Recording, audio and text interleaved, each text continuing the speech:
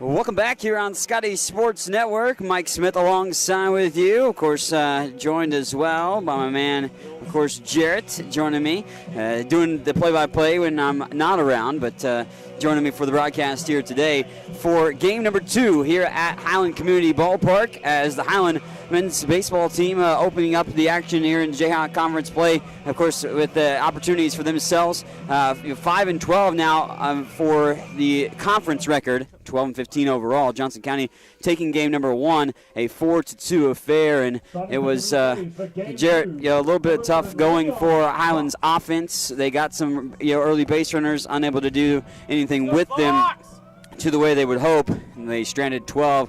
We'll see if they can kind of rekindle some of the offense, but get going a little bit more with the bats here in this one. And Zane Thomas with a strong pitching outing in game 1. Liam Fox will try to counteract that with a strong performance from himself as well.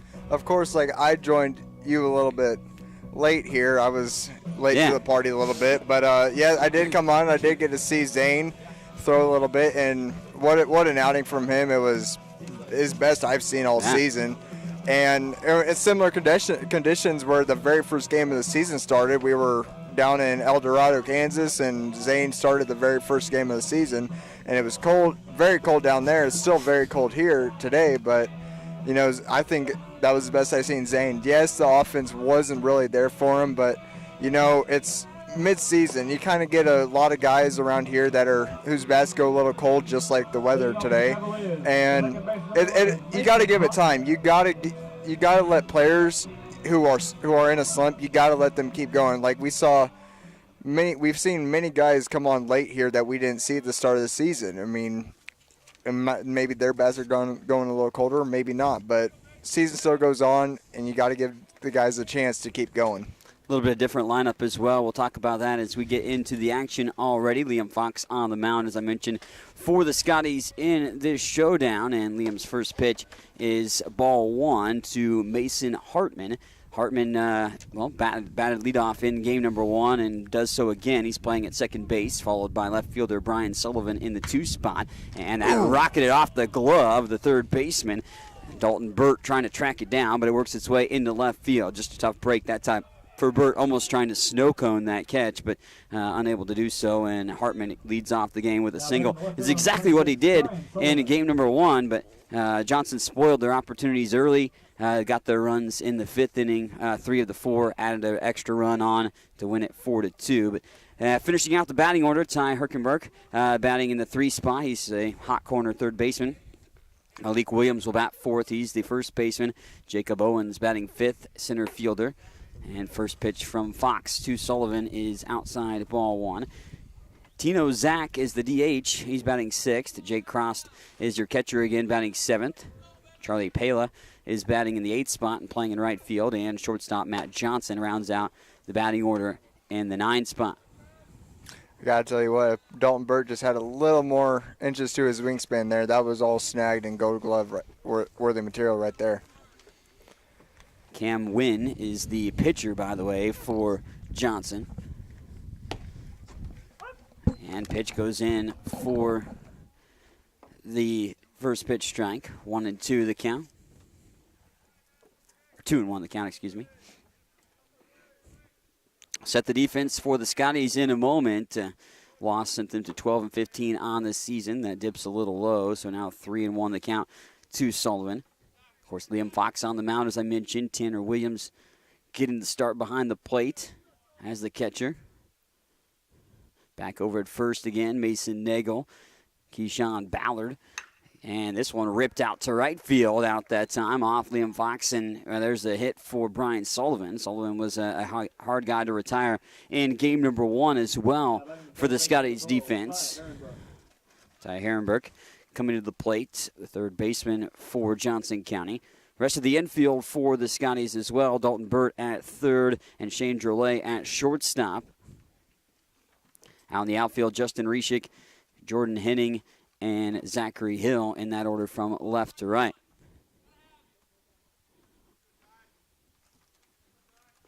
Ty Herkenberg at the plate.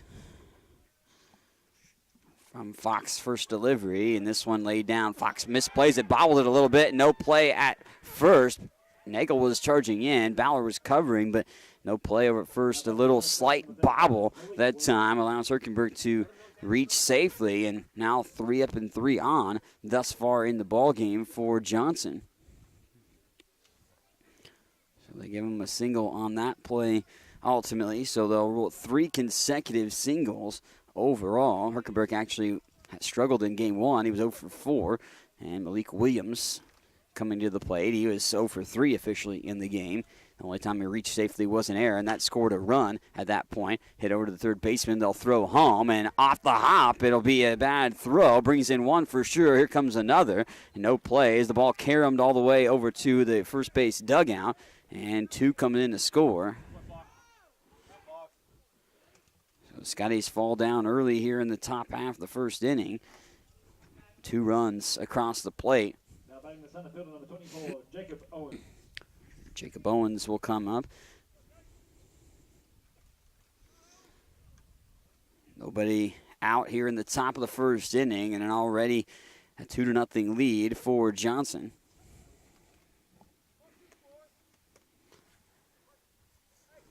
Liam Fox digging back in.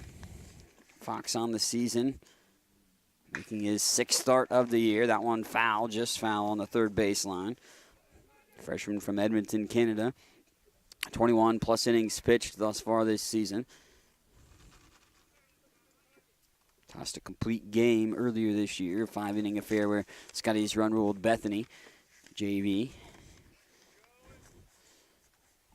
Owens, the center fielder, the 5th gentleman already to come to the plate here in the top half of the first inning. Takes a strike that time, and now Fox is ahead in the count, 0-2.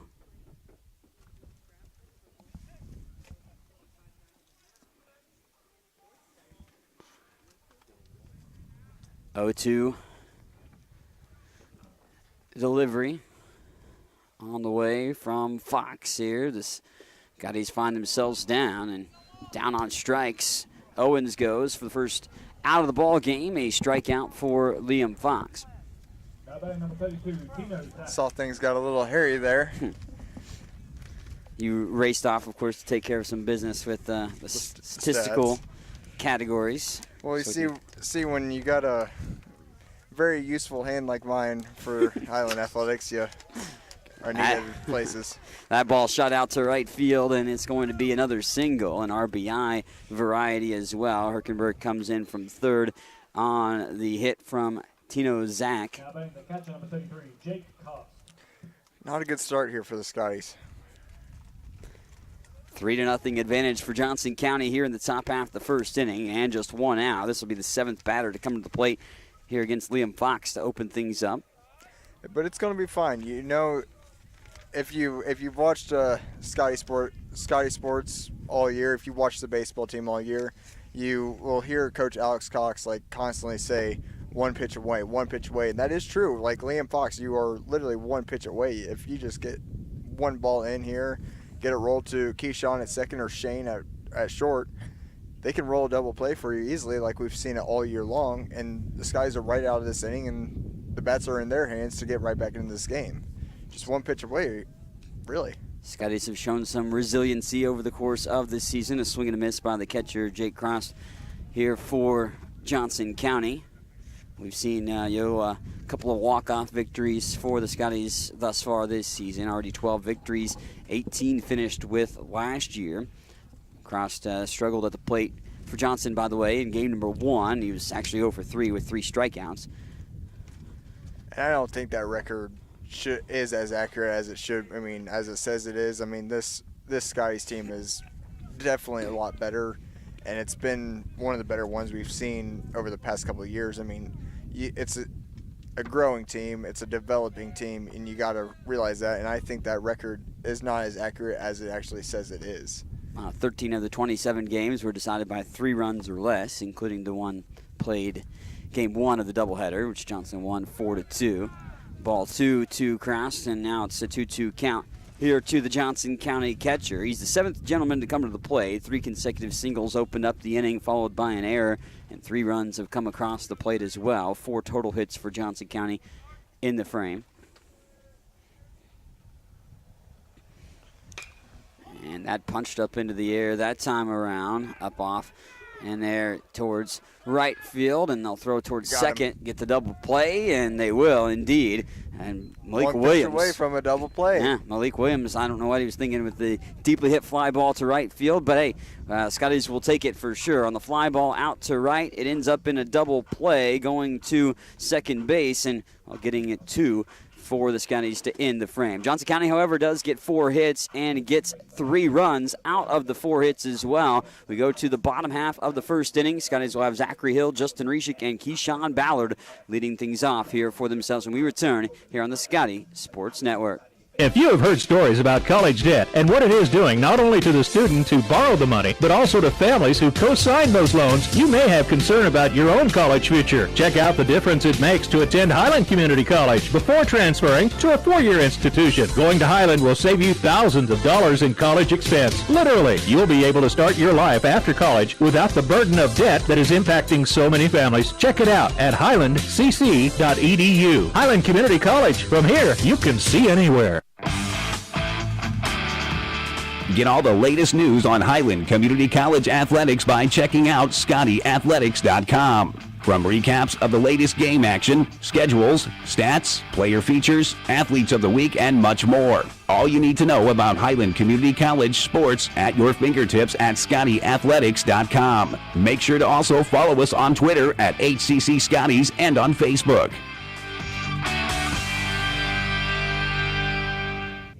On to the bottom of the first inning, we've worked ourselves. Cam Wynn is your starter for Johnson County here today. Of course, Liam Fox laboring through the first inning, giving up a few hits, and Johnson County orchestrating the action for themselves. Grabbed the wrong stats there. Indeed. I was trying to tell you that, of course. Well, I looked at the record and it said 19-4. I'm like, hold up, what? But we'll give you a Cam Wynn, his stats here on the mound for Johnson County this year. He's a right-handed pitcher, a freshman, 14 and 2/3 innings pitched. That's it. But it's just going to be his 12th appearance and his first start of the year. So 3.68 ERA on the season. So hasn't pitched a grand amount thus far this year, but we'll see what he can put together against Highland, and if the Scotties maybe can get to him in this one. Zachary Hill, the right fielder, will bat first for Highland, followed by Justin Reshik, who's playing in left field in Game 2. Keyshawn Ballard, your second baseman, will bat in the 3 spot. Mason Nagel, the first baseman, bats 4th. Jackson Rico, the DH in this game, will bat 5th. Tanner Williams playing at the catcher position and batting 6th. Jordan Henning in center field batting 7th.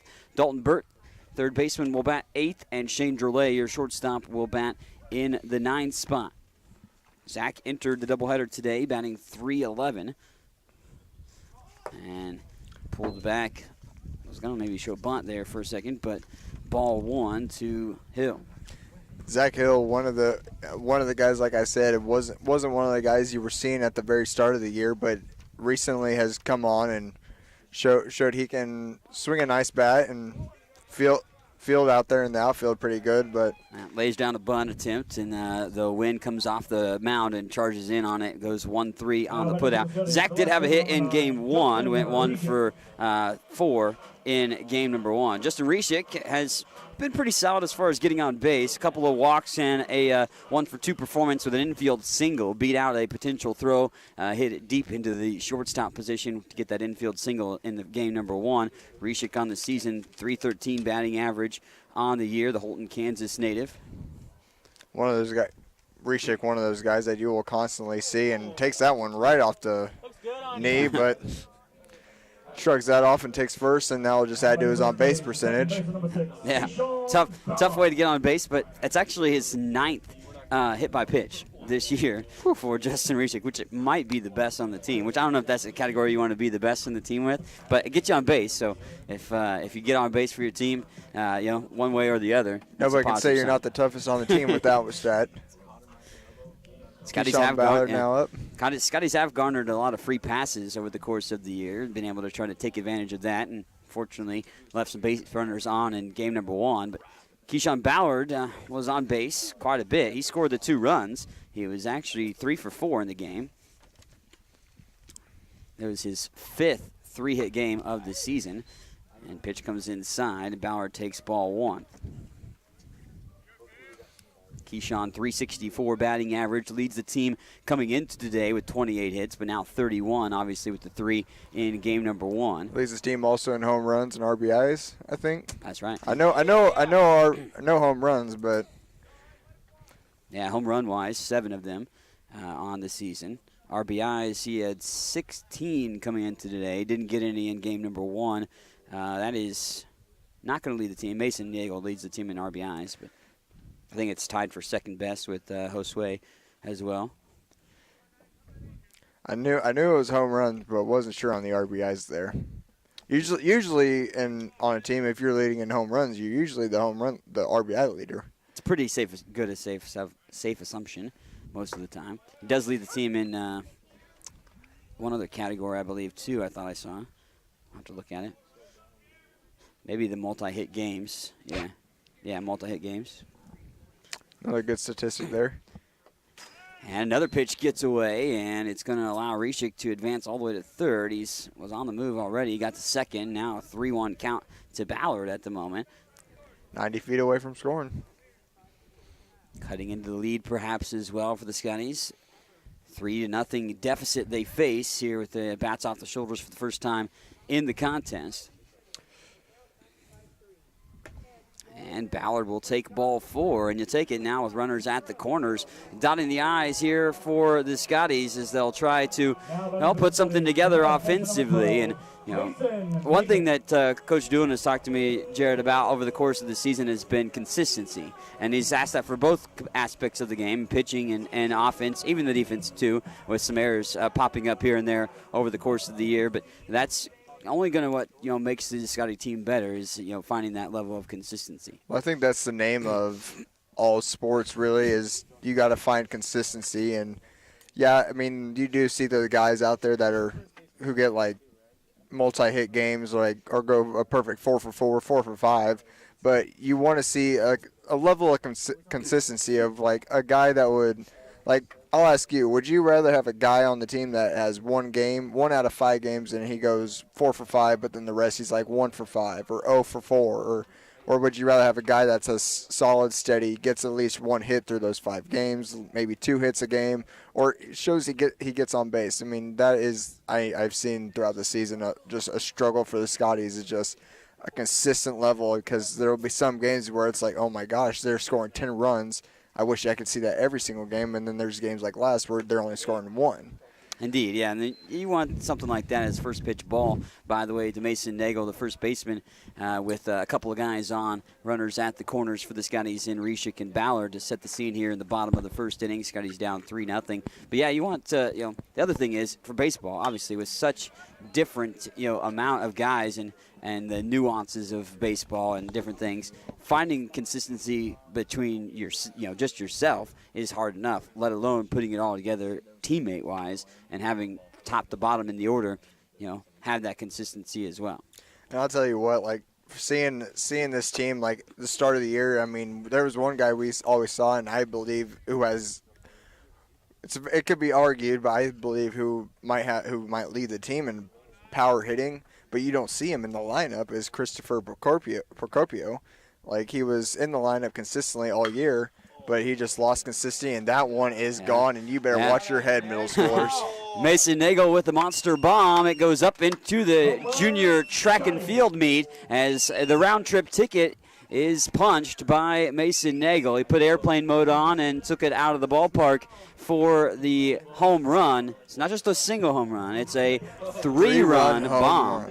As a huge bomb that ties this game up, 1 pitch away, and there it was with a 3-run homer. I wouldn't call that a bomb. I would call that an actual nuke, because you heard it off the bat. I mean, us being this close, and you could see the reaction from Nagel.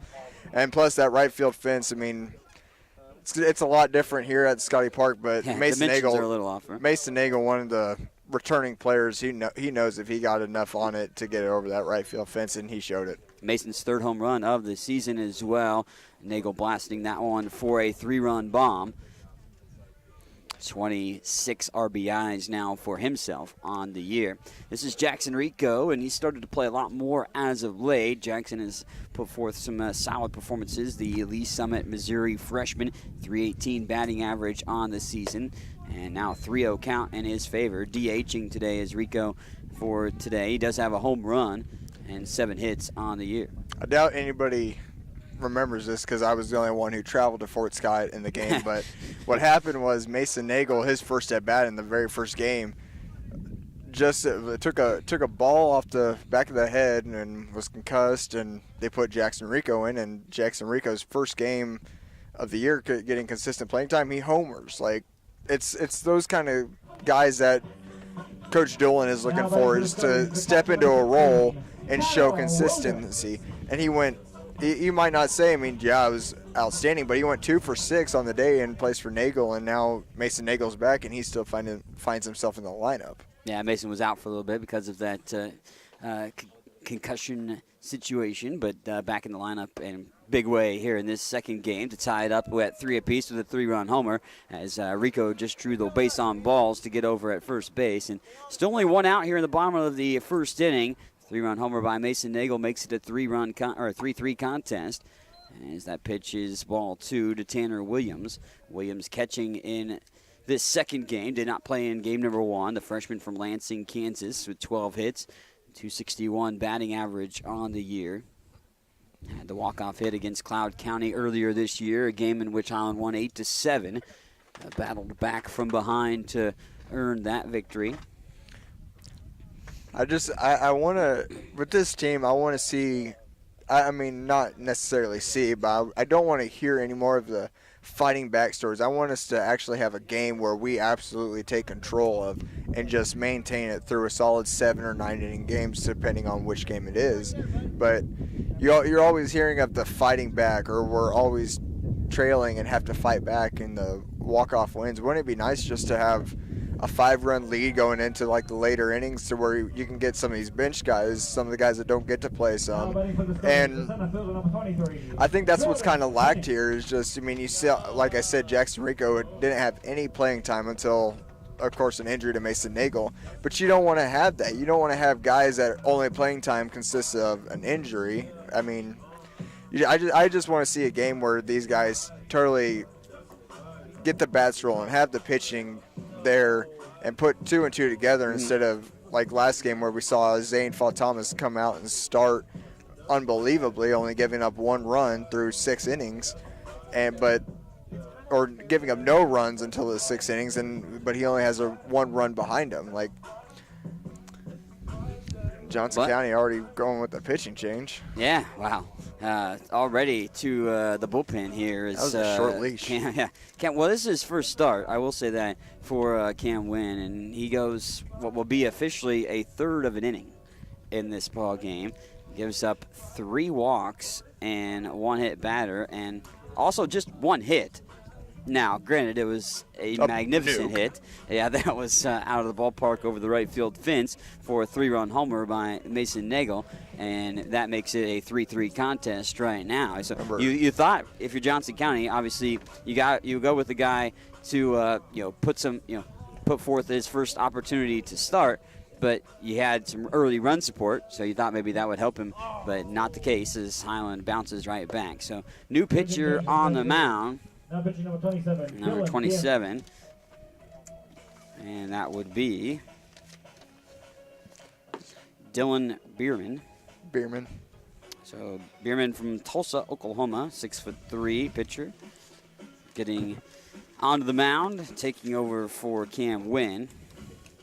Bierman, this is a guy that's not unfamiliar with making an appearance as well. This will be his 13th appearance, a 3-1 record. No starts, but 13th appearance overall. He's pitched 25 and 2/3 innings of work, which is 3rd most entering today, only behind Zachary Ebert and the guy that pitched game 1, Brad Kincaid.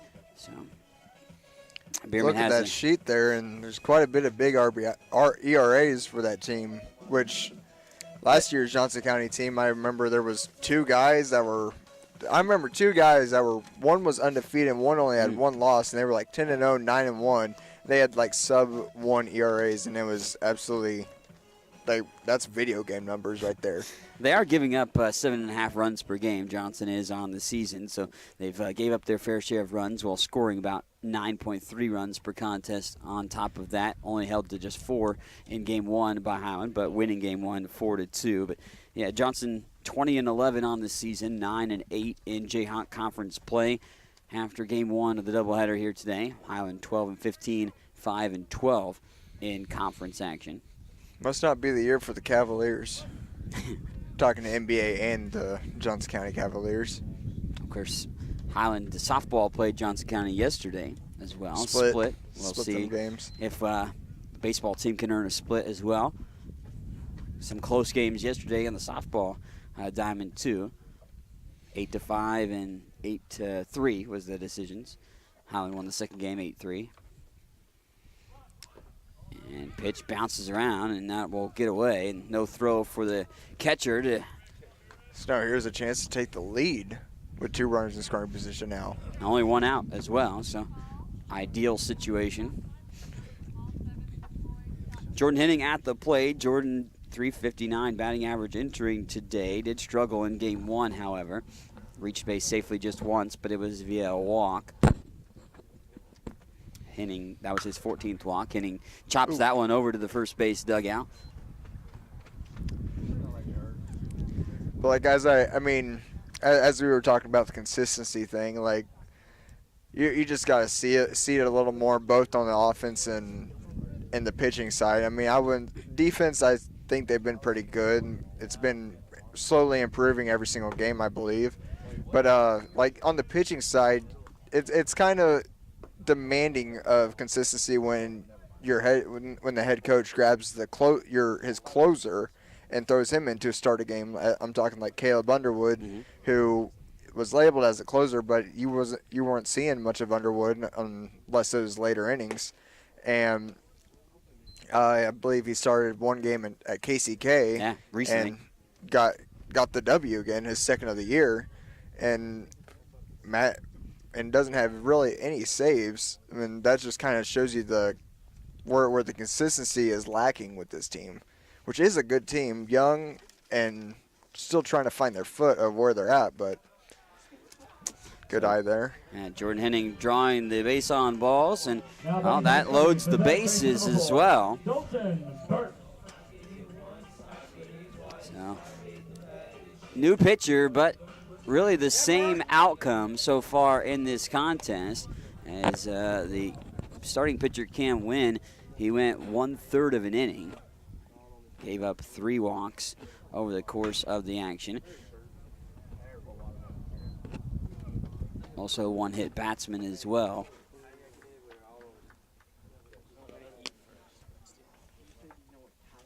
Dalton Burt didn't play in Game 1, but seeing action here. The freshman from Wiley, Texas, .206 batting average. This is his 22nd game seeing action over the course of the year. Got on base quite a bit throughout the course of the year in different facets. That's fouled off and out of play. It's kind of been him and Tyler Watson just sharing that spot at third base in between games.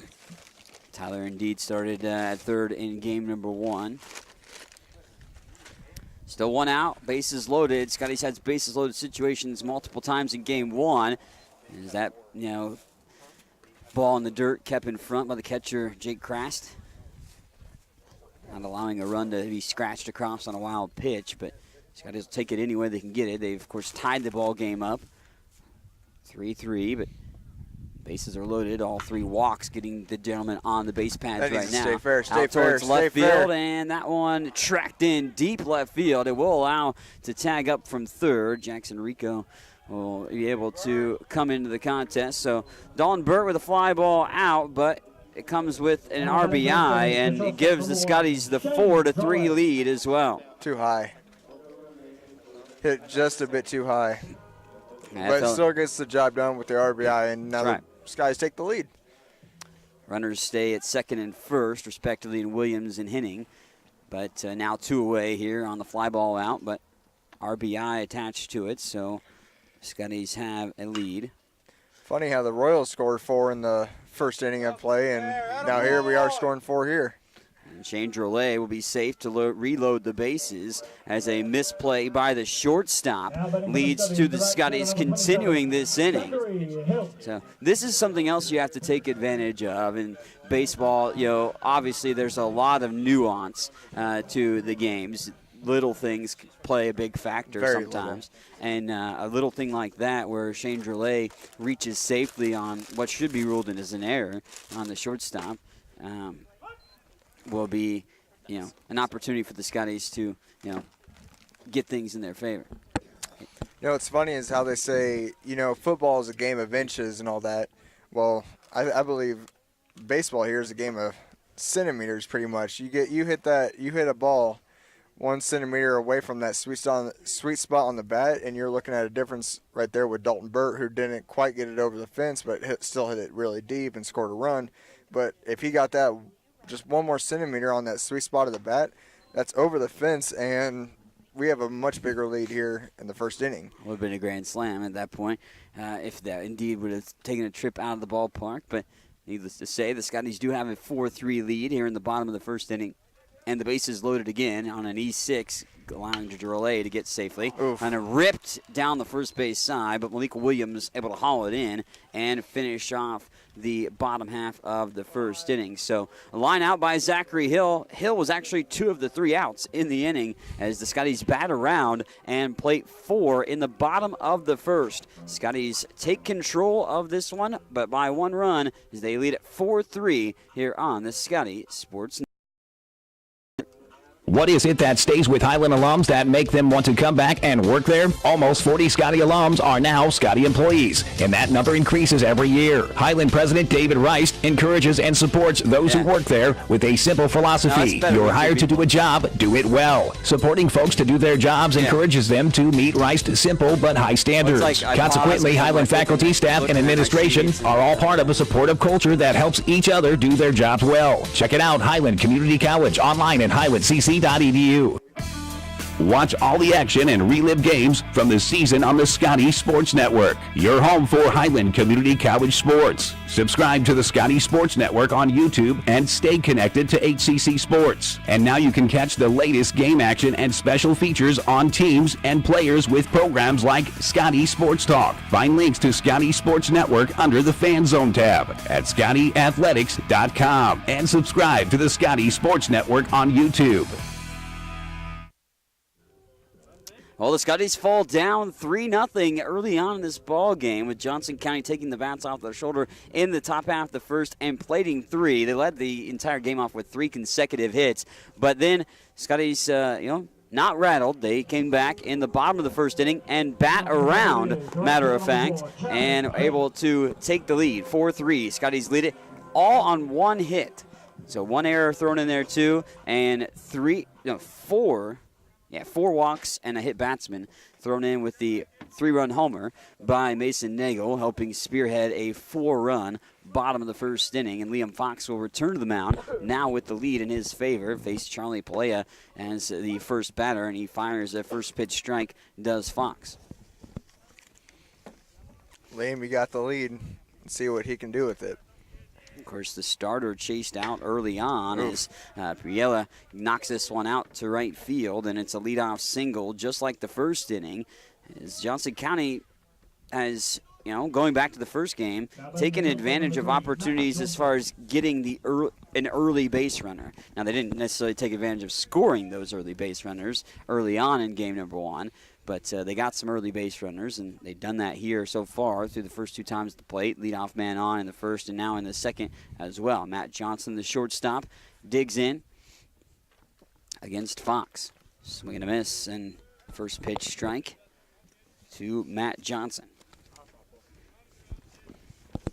Johnson, solid game in game number 1, but overall on this season, 208 batting average. Hitting in the number 9 spot. And he went after it. Pitch that was low and away, but Johnson deceived on the pitch by Fox. So 0-2 the count. Runner over at first. Nobody out here in the top half of the second inning. Highland up by 1, 4-3. Just young into game number 2 of the day. And a swing and a miss. Fox has his second strikeout of the day. Liam Fox, as I noticed here on your well-designed stat sheets, one of the only 2, or looks like only 1 undefeated. Nope, that's not him. Nope, 1-1. 10.5 ERA, not the brightest number. Making, of course, his 6th start this year is Fox. I have more numbers than one would ever need on that sheet. You got it all on the sheet. 14 Ks and only first pitch strikes. 17 strikeouts, 11 walks. And a couple strikeouts today as well to add to that total. So taking that up a tick a little bit. Just out of Liam, I mean, one of those guys you also, I mean, you're just looking for consistency. Check the runner over at first in Pelea, but 0-1 the count here to Mason Hartman. We worked our way back to the top of the order for Johnson County. They sent 7 to the plate in the first inning when they scored 3. And does that mean they left 1 on base there? Yep. They left 1 on base because the fly out to right. The double play. Yep. They stranded a few base runners as well in game number 1, as did the Scotties. But that's what I will say. I mean, I believe that outfield's done quite a good job. I mean, I've seen them throw out plenty of runners today, this season, trying to go and. Well, they tried to get the throw out at second base there. The throw on the third base side of second base bag, but was plenty of time, just a little left. Just a little left, and covering was Keyshawn Ballard, but in safely. Pelea now gets himself in scoring position. Pitch was high for a ball, by the way, to Hartman, and makes that count 2-1 to the Johnson County second baseman. 1 for 1 so far with a run scored. That single lead off the game. Called strike, catches the outside portion of the plate. Fox dotting the eye a little bit that time around to make it a 2-2 count. Watching Liam here, it's been really kind of off-speed pitches being thrown by him. Of course, it's not really his call. It's Coach Alex Cox's call. And Fox's pitch here is going to be pushed up into the air. Ballard in pursuit. Lost that ball, and that was going to fall into the Bermuda Triangle of defenders. And in between Ballard and the center fielder and right fielder as well, falling home. Left Pelea at second because, a high fly ball like that, you don't want to make a situation where it could be picked off and double play like we had earlier. Fall home for the single for Hartman for his second hit of the ball game. Not the best contact off the bat, but as you said, found that Bermuda Triangle out there and just dropped in there all between all 3 of them. Sometimes with cloudy skies as well, hard to read, ball like that up in the air. Lights are on too here, which is something you normally don't see during these day games, especially when we've had plenty of cloudy ones. But swing and a miss for Sullivan, Sullivan has been a tough out for the Scotties today. 1 for 1 so far today, getting his second crack at it here in the top half of the second inning. Both offenses working through the order quite fast here in game 2. And Sullivan chops one over to first base. Nagel's going to go over to second, and I'll get that out at second. No opportunity to try to turn the double play. Pelea does advance to third, but Hartman out at second on the fielder's choice. Solid defensive first baseman there in Mason Nagel. I mean, plus his IQ, his baseball IQ, I would say, is probably one of the best on the team. Not trying to lower grade anybody else on the team. But get some looks from some of the other guys here with us down the press box. But it's just taking what you get. Why not get one out at second? That takes away the possibility of 2 runs scoring on a base hit. Now just 1 in scoring position, not 2. And it's 2 outs at least, 2 as well. So, only 1 out away from getting out of the inning without surrendering a run. But now it also allows, if a ball's hit to the shortstop or second baseman, an easy out at second, or they can just flip it on over to Mason Nagel at first.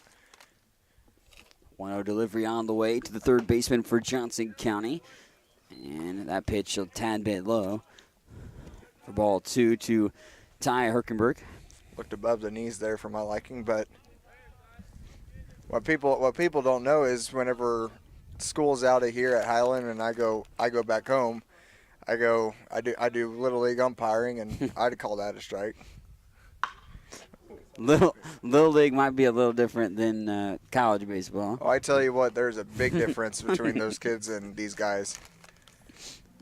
Last pitch fouled off and out of play on the third base side, so the count moves to 2-1. See, when you're a Little League umpire, you kind of got to also be part of a coach. You also got to teach that catcher some things. Like, I've been hit with the ball numerous times. I've been hitting the head with, of course, wearing my mask, and watch out there. Yeah, Scotty's almost get hit over in the third base dugout as another pitch fouled off on the third base side by Herkenberg to even the count at 2 apiece.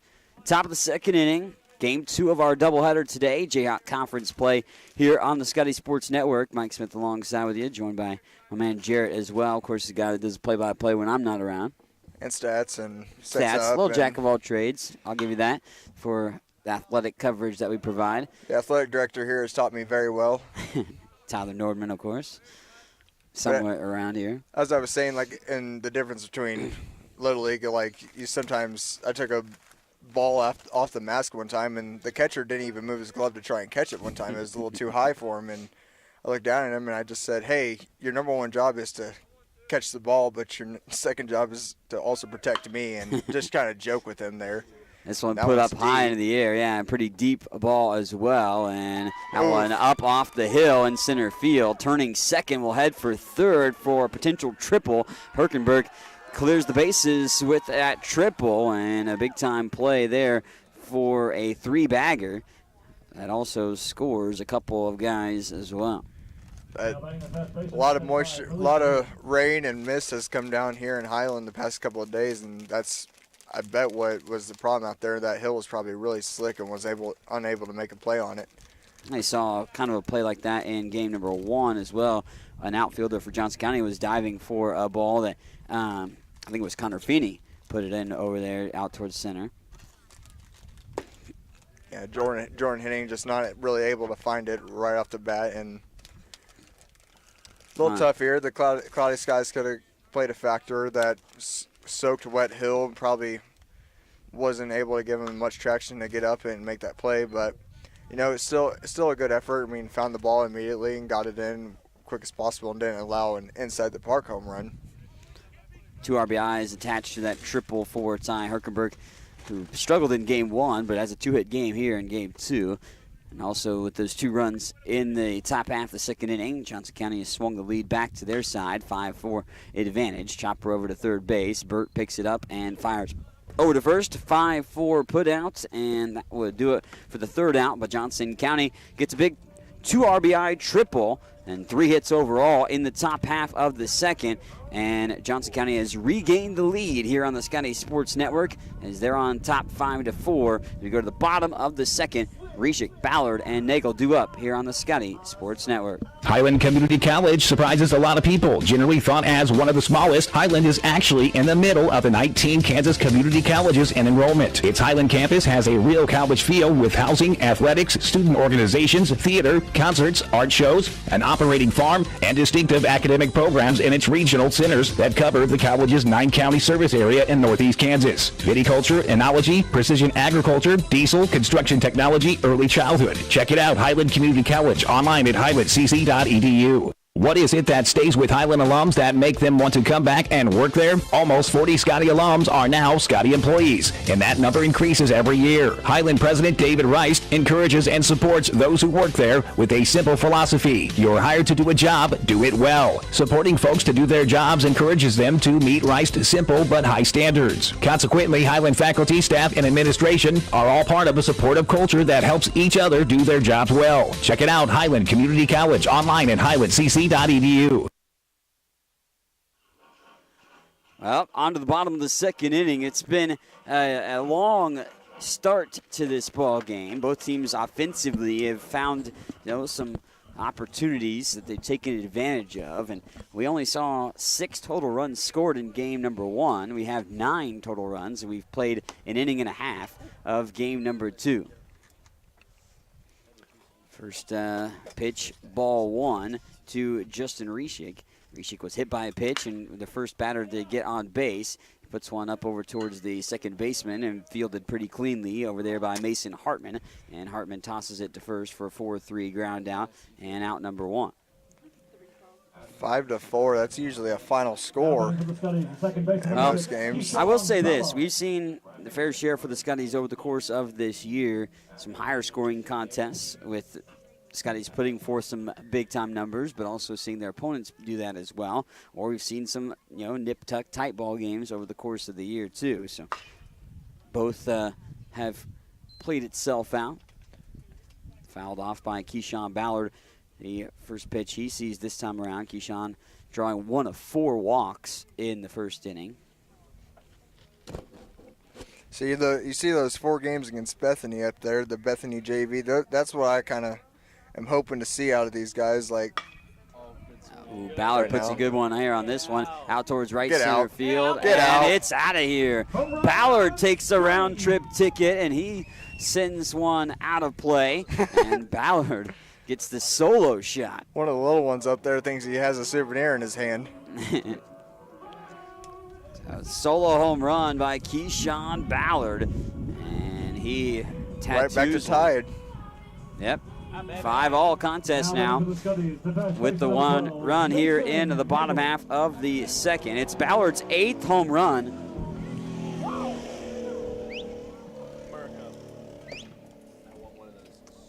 Ballard's 8th shot out of the ballpark thus far this year. Now has 10 games with an extra base hit recorded, at least 1 extra base hit, that is. Mason Nagel, 3-run homer, his first time up.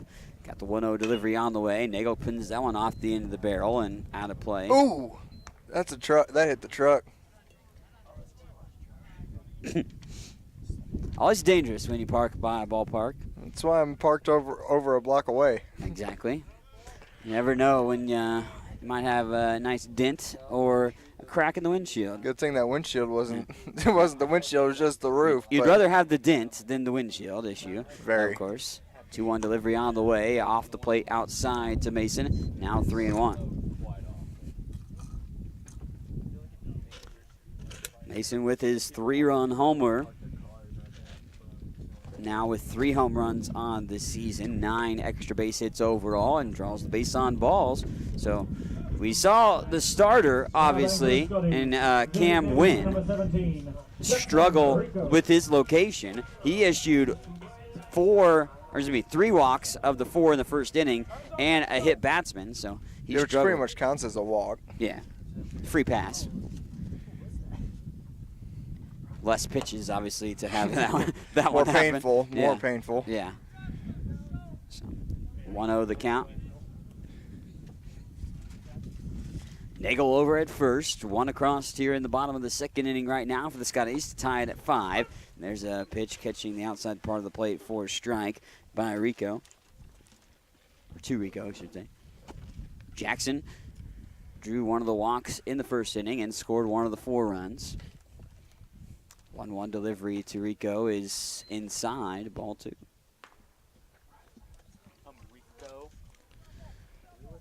Jackson, this is his 7th game played overall in the season. Like we said. Warning issued. The question is, who they give it to? Johnson County people look puzzled, needless to say. But Now some chirping by the Johnson County fans back here. yeah, they were upset. They wanted to know who the warning was called on, too. It's on Johnson County, that's for sure. This one, a dribbler over to second base. They'll try for 2, but won't have it. They'll get 1 over at second, and Mason Nagel on the fielder's choice for 6. The catcher number 16, Tanner Williams. So that takes off Nagel off the base pattens. Jackson Rico just trades him spots at first, and now 2 outs here in the bottom of the second. Of course, Keyshawn Ballard's solo home run has tied the game at 5. Here's Tanner Williams at the plate. I wish I was hearing what was being said to the umpire from the Johnson County bullpen, or dugout, I mean. So far in this ball game, as pitch comes in for a strike to even the count at 1-1 to Tanner Williams, but 6 free passes the Scotties have earned. We haven't even played two full innings. And the pitch is a little high, but Williams chases after it and swings through. Over the course of the season, Scotties have had 5 or more free passes in 16 games, so now you can make that 17. Take advantage of the free passes as Williams chases one off the plate, swinging strike 3, and that will do it with a solo home run by Keyshawn Ballard in the bottom of the second. Scotties have tied this game up at 5 apiece here on the Scotty Sports Network. Highland's new precision agriculture program was designed for the farmer or related farm worker of the future. The future arrived quickly. Today's agricultural work goes beyond the field and barn to the computer, the satellite, the drone, the research lab. Aligning all these aspects precisely for the individual, field, and crop is provided by Highland's Precision Ag program. Centered in Baileyville at the College Western Center, this program can provide you with experience in understanding and applying modern farming methods. Check it out.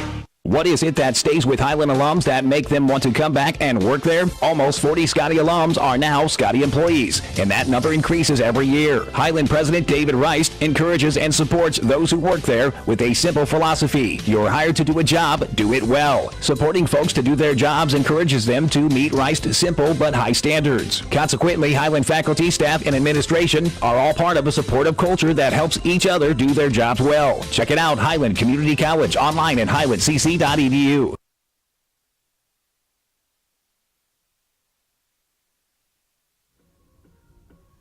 innings in the books here on the Scotty Sports Network. Mike Smith alongside with you here for the action from Highland Community Ballpark. And, tie ball game. 5-5 it is after 2. And Liam Fox back to the mound. And head coach for Johnson County was out talking with the home plate umpire, wanting to get a little bit more of an explanation on the warning that was assessed to Johnson County. We still really don't know who it was on, but needless to say, we do know it was on the Cavaliers. That's one point. But Kent Shelley, 31st year season for the Johnson County baseball program, 991 career victories. Wow. Been doing it a long time. Yes, and those 2 numbers you did say were right. Yes, we're tied 5-5 here in only the 2nd inning, and 31 years, that's nearly a lifetime, or half a lifetime. That's as old as I am. Older than me. Yeah, no, of course, older than you as well, yeah. So been at it for a long time in baseball as Kent Shelley for Johnson County. Of course, Coach Doolin only in his 2nd season, former Highland Scotty baseball player in his own right. Trying to reestablish the winning culture in the program. Definitely wishes he was close to that, or hopes to get to that number of 991 wins. Yeah, 991. First 2 pitches out of the zone from Fox to Jacob Owens, who opens up the inning for Johnson County. Fouled that last pitch off back into the netting. Now 2-1 the count. Owens was a strikeout victim of Fox. Liam has 2 strikeouts in the game thus far. Which I will say, watching Liam this year, he's not really that guy that relies too much on his pitches to get the outs. I mean, the strikeouts, he's more of the crafty, paint the corner kind of player or kind of pitcher that relies on the defense heavily. And sometimes as we've seen them get a couple of good base hits, but most of the year it's usually been those kind of nice location there. But as you saw there, he gets a strikeout as I was saying that. But it makes it look a little silly there because he gets the strikeout, of course. But you're kind of saying, of course, pitch to more contact than anything else. But Owens goes down on strikes, called strike 3, that is, and the inner part of the plate for the 3rd strikeout for Fox in the game. Pitch dips low, ball 1 to Tino Zach. I would label him as kind of like the later veteran pitchers in the major leagues who kind of lost the velocity on their arm but can still locate very well and pitch to contact and make it work for them very well. But sometimes, I mean, we've seen it a couple times in the game where batter of Johnson County doesn't get good contact on it, but it falls out there in a gap where it goes right between the gap and the infielders. Swing and a miss that time by Zach. And 2-1 now the count. Tino on the season is a .311 batting average on the year. Fox 2-1 delivery on the way, low and inside, dusting the shoe tops of Tino Zach. Is this the guy that came on to pitch for Johnson in the later half of the first game? No, he did not pitch. That was, I draw a blank. Oof. Ooh. Pitch caroms off of Tanner Williams, and home plate umpire going to walk out a new ball to that. Dante Lowry, that's who it was. Lowry played in center field and came on to pitch that last inning for Johnson. That is true. Tino didn't play in game one. He's a freshman outfielder.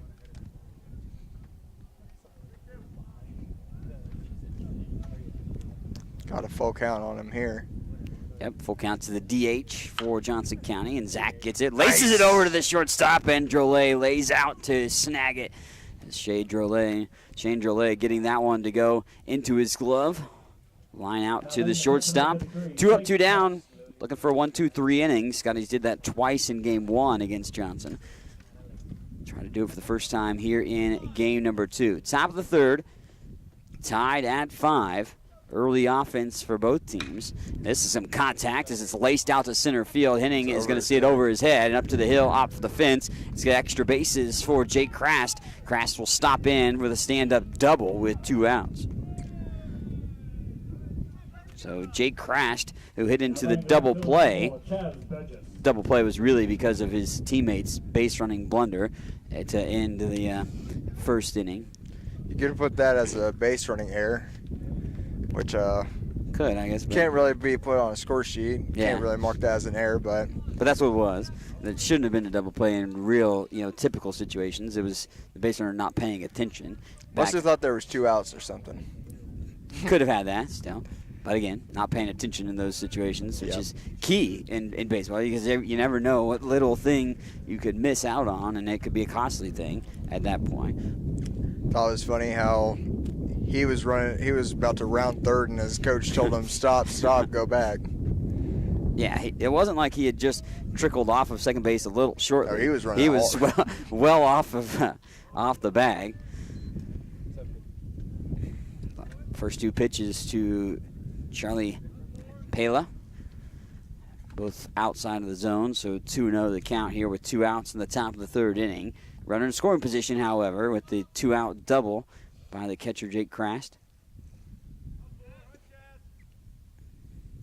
Charlie Playa, apparently from what I can hear from Johnson County, they call him Chaz.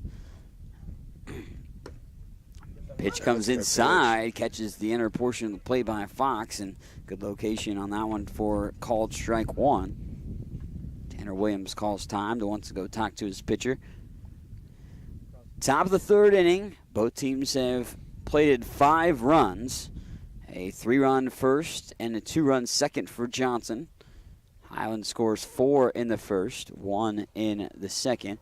The long ball scoring the runs for the Scotties. 4 of them? Mm-hmm. 3-run homer and a solo home run. Yep. The other run coming in on a deep fly ball. Yep, that is true. It was Dalton Burt's big sack fly out to left. Mm-hmm. Swing and a miss that time by Pelea, and now a 2-2 count.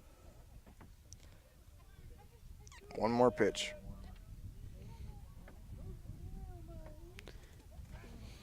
2-2 delivery on the way with the runner at second. Top of the third inning.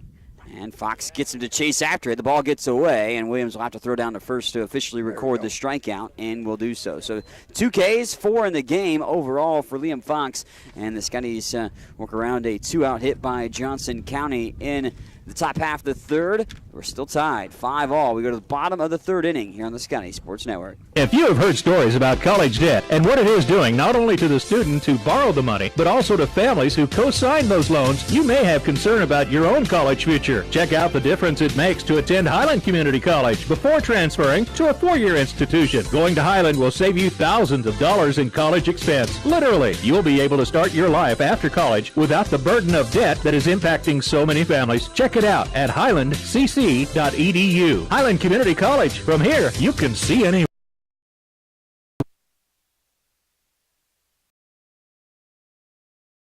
inning. And my man Jarrett joining us. And Jarrett, you had an update on the Royals. Safe underneath that there. A high throw. It was a lob throw by the pitcher, Dylan Brimmerman. And couldn't land on the bat. Press box. And officially ruled that last play as a fielder's. So we'll reach on the fielder's choice. Will Burt, and now have gone. Hitting at second, Burt at first. Nobody out here in the bottom half of the third. Scotty's looking to regain. He shows bunt again, lays it down, and almost picked up out of the air, that time by the pitcher, and Nopo. Now put it here, and now we're at the top of the order. And gotta keep. See, meeting at the mound here is Johnson County. One of their coaches comes out to talk with the pitcher, and their starter went officially a third of an inning. He faced 6 batters, retired only 1. See a sidearm down there in the Johnson County bullpen. Yeah, they got some guys stirring around, warming up. Doubleheader coming in from the third base side, really blowing right into us here at the press box area. Hasn't really played a factor in the game, the wind that is, in 10 to 12 mile an hour throughout the course of the day. Zachary Hills, we're back to the top of the order for Highland. 5-5 contest right now. But bases are juiced for the Scotties. With nobody out. Hill hits the chopper over to the second baseman. They'll go towards second. Close play, and they do get the out at second. Scores a run, though, and Skies now lead it. So fielder's choice, 4-6. Wipes Drolet off the base pads. But it does score Jordan Henning. So, yeah, Scotties have taken the lead. 6-5 advantage on the fielder's choice. Wonder if Zach Hill will get the green light to steal second here, or you could also try a hit and run here. You got Justin Reschick, who's a lefty, pulls the ball quite a bit as he grounded out to second base last time. But if you have the hit and run on here, Justin Reschick does the same thing as he did last time. Reschick trying to lay down the bunt. It goes down the first base line, but it hooks foul. Had some big spin there, hit the dirt, and spun foul for Reschick. Like the idea, because he may have been able to beat that out, too. The lip of the grass did not help that one at all either. So it'll be his first pitch strike after the bunt unsuccessful. Justin is 0 for 1 with the ground out to second base, but it was hit by a pitch to get the first base run of the game for Highland. Scored 1 of the 4 runs in the first. Was on the base pads when Mason Nagel went deep to right field. Just at the corners. And Reschick watches one in the dirt towards his feet. Dalton Burt over at third. Zachary Hill at first. Second base is open after the fielder's choice. 1-1 the count to Reschick. Hill was well off in there. Well off. No chance of getting him. The ball hadn't even come from the pitcher's hand, and Zachary Hill was off and racing towards second base. So an easy stolen base for Zach. Coming into today, Scotty's had stole 20 bases and only been caught stealing 5 times. Hill gets the stolen base that time around for Zach. Marks his 4th stolen base. Team leading? I'm not sure. That might be. It's definitely one of the top ones. I know, looking through the stats, I've seen pretty much just one, and that one will find the gap. Yeah, it's going to put one up into the air, find the gap out in left center field. It's going to bring in one, and Hill turns third and trots in right behind Dalton Burt. There's a bases clearing single with 2 guys on the base pads, 2 RBIs for Justin Reschick. Here's the timely hits for the Scotties that they didn't have in game number 1. I thought that one was hit a lot harder and I was going to carry out into the gap, and Justin Reschick would have had a extra base, 2 RBI extra base hit, but You know, he'll be happy with scoring those 2 runs, knocking those 2 in. That he will, of course, getting the single with 2 RBIs. And he only entered today with 2 RBIs, so he doubled that output in just 1 swing. Scotties are up by 3, 8-5 advantage, bottom half of the 3rd inning. Keyshawn Ballard been on base twice, scored 2 runs. Didn't stay on base very long, obviously, the last time around because he trumped with the home run. Different kind of look at the Scotties here. I mean, wasn't able to catch that first game, but heard from you how we had multiple times of the bases loaded and weren't able to score them. Like, think 12 on base, but not very many being left on here with a single by Keyshawn Ballard. Ballard laces one through the shortstop and third base into left field for an exceptional thus far. He went singles and runs, pair of runs scored in that game, which Scotties, again, only scored a couple of runs. We'll go to the bullpen again, it looks like, and a new pitcher coming out for Johnson County. So Johnson County going to their 3rd arm already in this showdown. I'll give you some final numbers on the gentleman that leaves us here in this contest right now, Dylan Berriman. As Dylan goes officially 2 innings of work, surrenders 4 runs in this contest. I believe you do need a new bat here when you have a guy that just sent a monstrous ball out over the right field fence, and Mason Nagel. We'll see Berriman go officially 2 innings. Yeah, he hasn't recorded. They recorded what, 1 out here in this inning? Pitching change, Yep. Cavaliers. Yep. One out in this inning. So 2 full innings of work, and he gives up runs. All 4 are earned as well. And Berriman had 5 hits against him during that time frame. Faced 15 batters overall. Also gave up 2 walks and struck out 1 in this time frame. So a new pitcher on for Johnson is Davis Ehrensdorf from Lenexa, Kansas. Hopefully I said that name right. As Ehrensdorf will give you some of his numbers for you too. On the season, this will be his 7th appearance. Did make 5 starts prior, so this is only his 2nd relief appearance. 18 1/3 innings with an 8.35 ERA on the year. So 3rd different guy on the mound here for Johnson County, just trying to end the bleeding at this point because they haven't found anybody that can, well, derail the Scotties offense so far. Highland's been able to take advantage of all 3 gentlemen that have been on the mound. Or all 2 gentlemen so far. We'll see if the 3rd. I'm just speaking things into fruition before it happens. 3 different pitchers in 3 innings. Sounds like you are just looking for that right arm to continue the game. Great performance in game 1 by their starting pitcher. Was Brian Kincaid. Registered, I think it was 11 strikeouts to his credit. Mason Nagel will be the first batter that Davis Ehrensdorf will face. Runners at second, first. Justin Reshik dancing around at second base. Keyshawn Ballard over at first.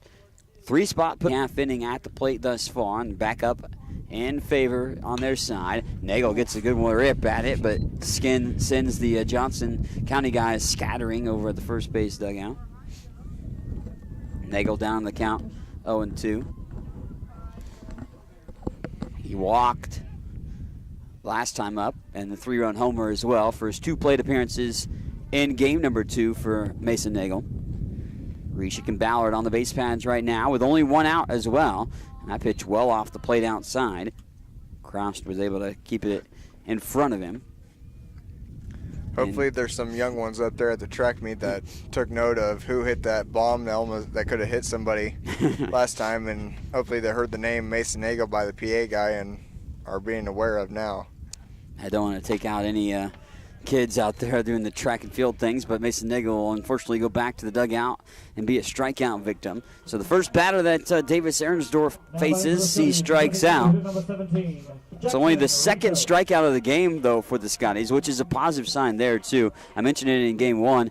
Highland has struck out a little bit more of a high frequency than I know Coach Doolin would like to see over the course of the year. I'm going to kind of curtail that and make a little more contact. Only 2 strikeouts for the Scotties thus far in this game. Jackson Rico hit into a fielder's choices last time up. Drew a walk and a run scored back in the first. Wonder how many of those strikeouts could have been questionable because of the umpire's calling, because I've seen quite a bit of those, or quite a bit of the guys be unsatisfied with the outcome, and that one will drop. Yeah, that one will drop into center field, laced out straight center field, and a good hit by Jackson Rico. Scores 1 and will potentially score 2.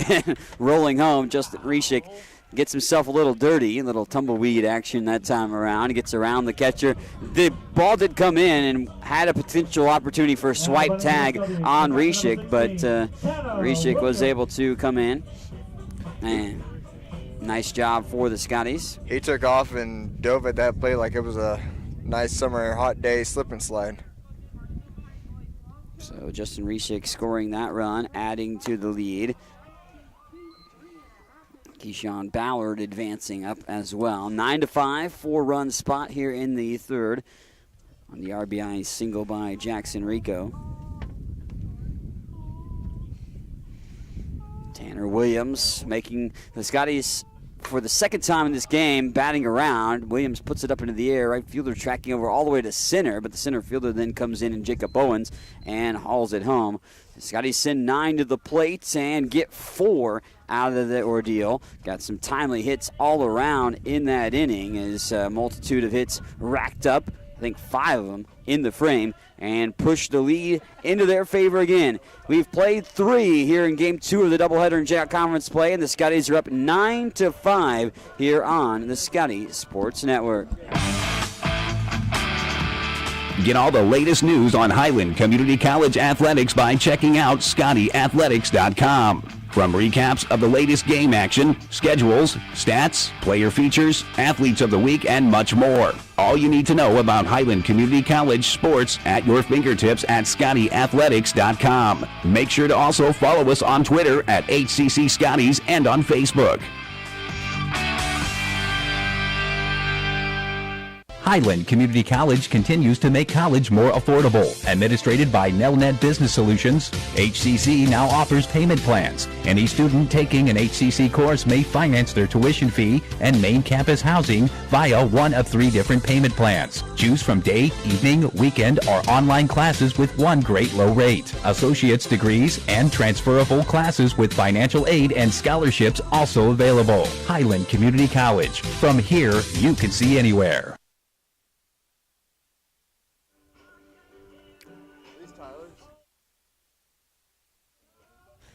9-5 lead. Scotties on top here as the bottom half of the third inning.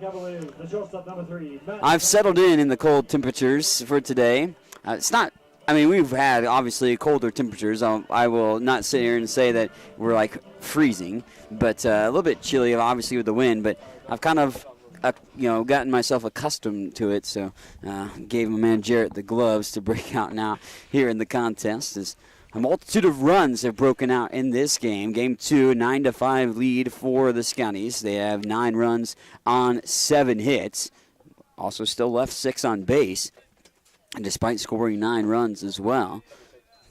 Won't say I love the cold, but I'll say I'm ready for things to start warming up a little bit. And as we've been saying about the Scotty's baseball team being consistent, I wish the weather here would stay consistent, where we've had days of nice sunny sunshine and 60 degrees, and then we've had 40 degrees, windy, and overcast. One thing's for sure is that we don't have that consistency with weather in the state of Kansas for sure.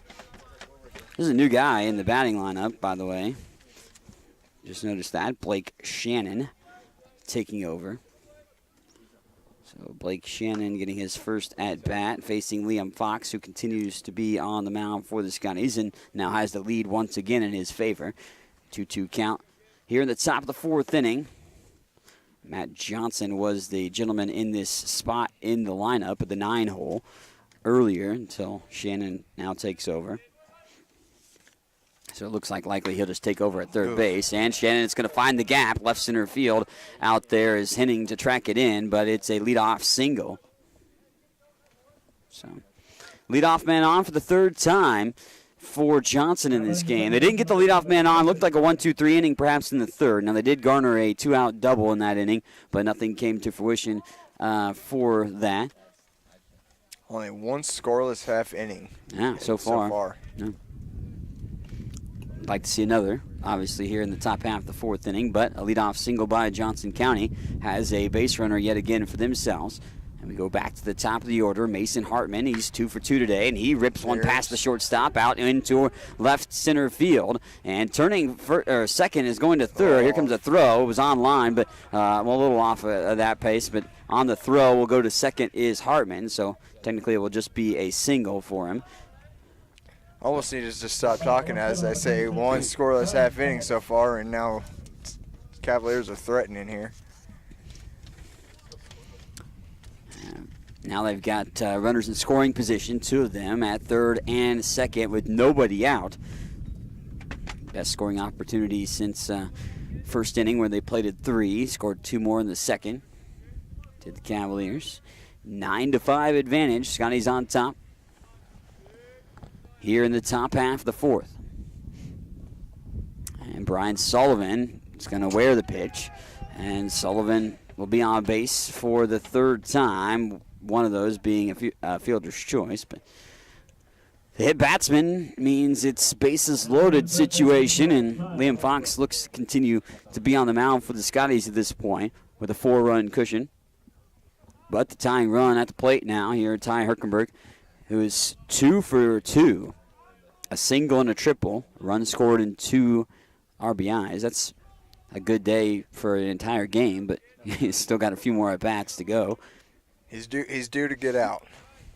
He did plenty of that in game number 1 for sure. First pitch strike. He's about the only guy, him and like one other, I think, for Johnson, that didn't get on base in the first game in some way, shape, or form. And are turning it around here in the game, too. I don't know if that other guy is, but so far this guy is. And he doesn't chase after that. Takes a nice care of him that time. It's going to be a close play. It's going to be out at home. Close play. And Johnson County thought they were going to sneak one by, but not the case. And a great play by Tanner Williams. It took a great, generous bounce off of the backstop and allowed Williams not to have to pursue it all the way to the backstop. Then just came charging hard back at it, and he tagged the would-be potential scorer, Blake Shannon, and he was out at home. I thought Tanner there was going to try to flip it, but held it in last second and just took it himself and got the out. A better wise decision, I think, that he didn't flip it, because I don't think that Liam would have been there to be able to apply the tag at that point. Now the ball gets away again, and no runners moving up that time around. The other 2 gentlemen on the base pads also advanced up, so that now puts Hartman at third and Sullivan at second. But it does take 1 away because the bases were loaded and puts 1 out on the board here in the top half of the 4th. Kind of shocked me that the Cavalier base runner was coming home because that pitch came right back here, hit hard off the wood and bounced right back to Williams, who was only 1 or 2 steps from where he is now in the regular catching position, but that ball bounced right back to him. Well, this one shot out of a cannon and up high into the air, tracking out towards center field, hitting in pursuit, and it's going to hit the fence, actually hit the light pole, and Henning saying that it was out of play. They're going to throw it in, and they didn't ever rule it a home run. It doesn't matter. It's going to be a home run because he comes all the way in. And the umpires were looking at it like they didn't know what was going on, and neither was Henning. Henning stood there, which I was thinking he stood there because it hit the light pole, and thus he thought it would be obviously a home run and no need to make a play at it at that point. It's going to be ruled as a home run now because it could be, I guess, an inside the park. Either way, it's a home run. It's 3 RBIs. And now, all of a sudden, the Scotties' lead is dwindled to 1. Malik Williams takes a first pitch ball. I got to think that it hit the It light had to hit pole. It either hit the top of the fence and then hit. From the sound of it, I think it hit the top of the fence and then hit the light pole, which doesn't matter. I mean, the light pole is behind the fence, so if it hit the top of the fence, bounced over, and hit the light pole, that would be a home run. But Chopper here down the third base line, and it's going to be a single for Williams. I mean, you should just let that go foul. Well, I don't know if it would have spun foul. Tanner Williams pouncing on top of it, but Malik Williams gets the single. Now playing the center fielder, number 24, Jacob Owen. So, one out, but 3 runs across here in the top half of the 4th inning. And pitching coach Alex Cox will go out to talk with Liam Fox and his catcher Tanner Williams as well. 9-8 lead. So Never it seen is that before. It is interesting. I'm going to see what the stats ruled that as. And this says homer to center field. I don't know if you can. I'm sure you could distinguish being an inside the park home run on the statistical categories. You would probably know that, right? We probably haven't ruled too many inside the park home runs, but it'd be would be put in somewhere differently. But that, I mean, our stats department kind of deal. I mean, that the software we use has been so. It is very precise or very detailed. Yeah. So I'm sure there is a way, but I'm sure you're seeing Johnson doing what the Skies were doing early on, or have been doing early on, is capitalizing on mistakes.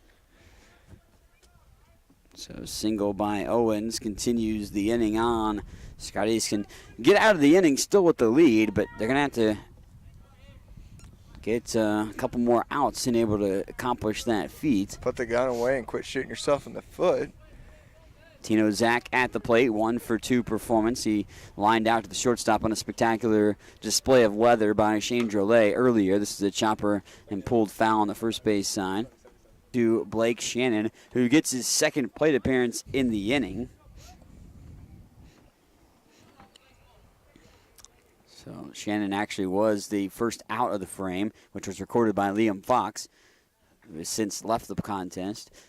And the 1-0 delivery is ball 2. You were kind of optimistic there when he was a leadoff guy and didn't get on, but that feels like forever ago. At this point, indeed it does. 3 home runs in this inning, spearheading the 5-run performance by Johnson County at this point. And pitch sails a bit high for ball 3 from Van Herky.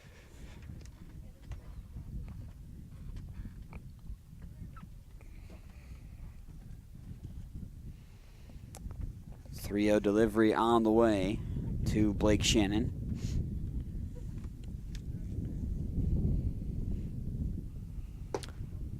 And ball 4.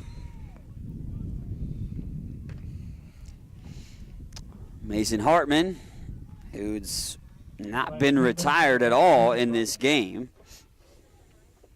Hartman is 4 for 4, all 4 singles, scored 3 runs. Actually, now that you look at it into the order, every position in the order has led to opportunity for a base runner at that. I think every position in the order has actually garnered at least 1 hit. Yeah. You could almost extend that to almost every single position as an RBI. I'm not sure about that, but quite a few of them do. A few guys have garnered the opportunity to have a few RBIs at that.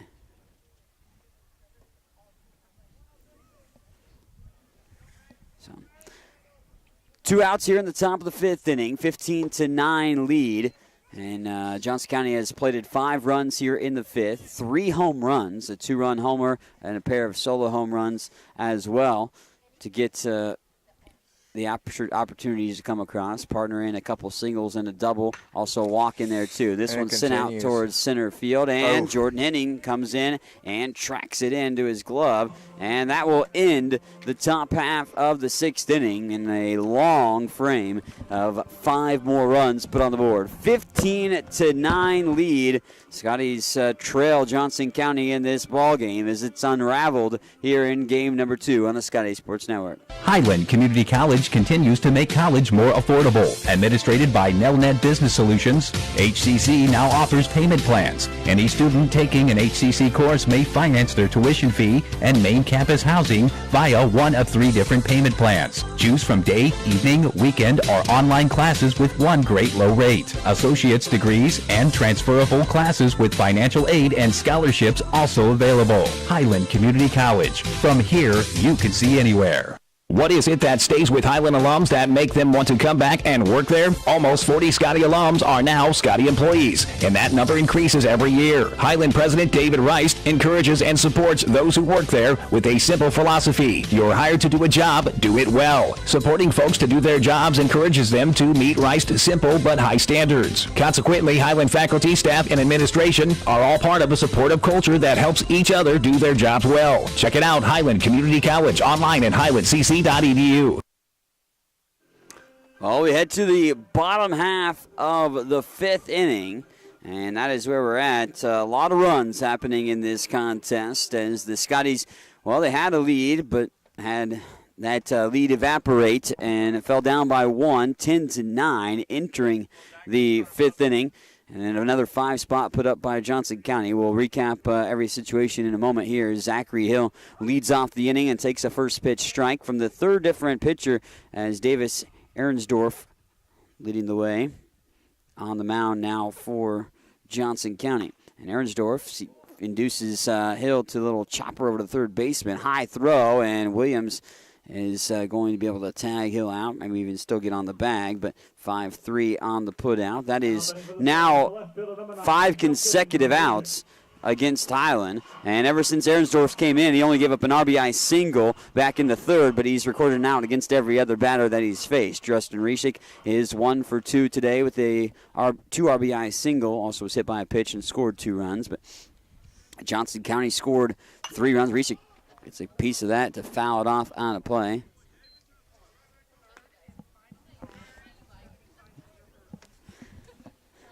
(15-9) lead as Justin Reshik fouls off the last pitch, but Johnson County scored and opened up the scoring. Pitch goes into the dirt, ball 1, now 1-1 the count. Johnson opened up the game with 3 consecutive singles, had a gentleman reach on an error and scored 3 runs in the top half of the 1st. The Scotties answered in the bottom half of the 1st inning, a 3-run homer over right field by Mason Nagel. They added another run to go up 4-3. Reshik fouls another one off on the 3rd base side. So after 1, Highland was up 4-3. Johnson County takes the lead back with a 2 spot in the 2nd inning, a 2 RBI triple by Ty Herkenberg, highlighting that frame for the Cavaliers. And as Reshik laces one over to the 1st baseman, Malik Williams, who will lob it to the pitcher who covers, and they'll go 3-1 on the ground out that time against Reshik. 2 up, 2 down here in the top or the bottom of the 5th inning for the Scotties. So headed into the bottom of the 2nd inning, Johnson County led 5-4. Then Keyshawn Ballard, who's coming to the plate right now, had a solo home run for the Scotties to tie it at 5 after 2 innings of work. Scotties regained the lead with a 4 spot in the 3rd inning, sending all 9 guys to the plate, having 5 hits to produce the 4 runs. Johnson County, though, would swing the lead in their favor, tying it up originally on a 3-run homer by Ty Herkenberg, got him within 1. Then another run came in to tie it in the 4th. Another run on top of that would give Johnson County the lead at 10-9 going into the bottom of the 4th inning. Fouled straight back here in that one from Keyshawn Ballard. Ballard has been perfect from the plate today. Or near perfect. He did have 1 out, I think, in the 1st game. He was 3 for 4. He's 2 for 2 with the walk in this showdown. And Ballard sends it right off the pitcher. Pitcher's going to have an opportunity to still make the play, and he does. Wow. Credit to Ehrendorf to get that as it caroms off of him. And Ballard laced that pretty rough. And Ehrendorf still appears to be all right, but he made the play in a 1-2-3 inning against the Scotties here as well. 5 innings in the books, and Highland, well, trailing 15-9. We're going to keep it right here on the Scotty Sports Network so I can do the quick scoring recap for you again. Johnson plates 3 in the top of the 1st. Highland scores 4 in the bottom of the first inning, highlighted by a Mason Nagel 3-run home run. Johnson plates 2 in the top of the second to lead 5-4. Highland ties it on a Keyshawn Ballard home run in the bottom of the second inning, 5-5 at that point. Scotties score 4, sending all 9 to the plate in the third. And they, of course, have the lead 9-5 at that point. 5 spot, though, in the fourth inning when all 9 come to the plate for Johnson, gives them a 10-9 lead. Then in the fifth inning, Johnson hits 3 home runs, a 2-run homer by Brian Sullivan. Ty Herkenberg and Malik Williams each hit a solo home run. 5 more runs scored in the top of the fifth inning, and that leads us to the 15-9 advantage for Johnson County over Highland at this point. As Highlands went down in order the last 2 half innings at the plate for themselves, and we're in the top half of the 6th now for Johnson County. Johnson County has sent all 9 guys to the plate in the last 2 innings. Blake Van Herky coming to the plate, or coming to the mound again for the Scotties. Van Herky took over for Liam Fox, who was the starter today for Johnson County. Van Herky returns to the mound. He recorded the final 2 outs of the action as well. A bit of center field, but this is the first time I've seen him take the first base spot. The 6th inning, 15-9 lead.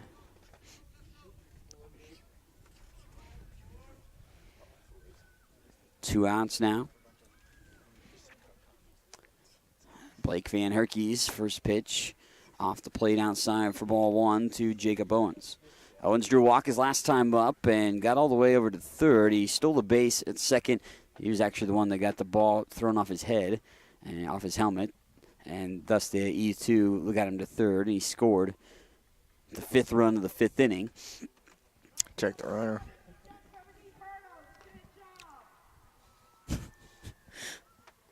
Track meet going on up at the football field. Junior high, I believe. Track and field invitational. And pitch sails high, ball 2 to Owens. It almost feels like it'd still be indoor track season. The weather makes it feel like that, but it is outdoor track and field action. High school sports, spring sports just really started this week for the area. Of course, baseball and softball for Highland have been going on for a little while now. Got action going back in February. Popped up here towards left center field. Reshik charging in, and actually center fielder Jordan Henning calls him off. Henning hauls it home, and 3 5-ball outs in the top half of the 6th inning. That was relatively one of the quickest half innings defensively for the Scotties thus far in this showdown. Leadoff walk doesn't get anything for the Cavaliers of Johnson County, and we go to the bottom of the 6th. It's the number 4, 5, and 6 spots due up for the Scotties, and we return here on the Scotties Sports Network. What is it that stays with Highland alums that make them want to come back and work there? Almost 40 Scotty alums are now Scotty employees, and that number increases every year. Highland President David Rice encourages and supports those who work there with a simple philosophy. You're hired to do a job, do it well. Supporting folks to do their jobs encourages them to meet Rice's simple but high standards. Consequently, Highland faculty, staff, and administration are all part of a supportive culture that helps each other do their jobs well. Check it out, Highland Community College, online at highlandcc.edu. Watch all the action and relive games from the season on the Scotty Sports Network, your home for Highland Community College sports. Subscribe to the Scotty Sports Network on YouTube and stay connected to HCC Sports. And now you can catch the latest game action and special features on teams and players with programs like Scotty Sports Talk. Find links to Scotty Sports Network under the Fan Zone tab at ScottyAthletics.com and subscribe to the Scotty Sports Network on YouTube. Bottom of the 6th inning, we've worked ourselves to, and new batter here for Highland. Of course, he came in defensively in the top half of the inning. Josue Ortiz watches ball 1 come across. Mason Nagel, this spot in the lineup here to start this ball game. We'll finish the game 1 for 2 overall. Nagel goes 1 for 2 with a 3-run homer and a walk. Run scored, 3 RBIs. Josue, one of the very regulars you'll see in the starting lineup. I haven't really seen much of him today, but starting the season and up to a couple of games ago, you've usually seen him consistently in that 2-spot, 3-spot kind of area. Josue takes a strike there that time. Josue played in game number 1, but offensively was quiet, 0 for 4. Works ball 4 here. So he draws the base on balls to open up the bottom of the 6th inning. Leadoff runner on. It's the first runner since the Scotties batted around in the 3rd and scored 4 runs. They went down in order the last 2 half innings, but that will not be the case here. As a walk drawn by Josue Ortiz gets the leadoff man on in the bottom half of the 6th inning. Jackson Rico.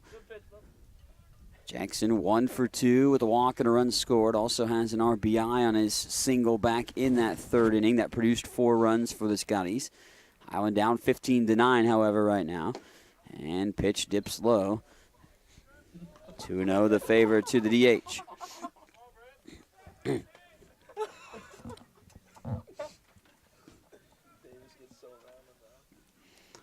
2-0 delivery goes inside. It's ball 3.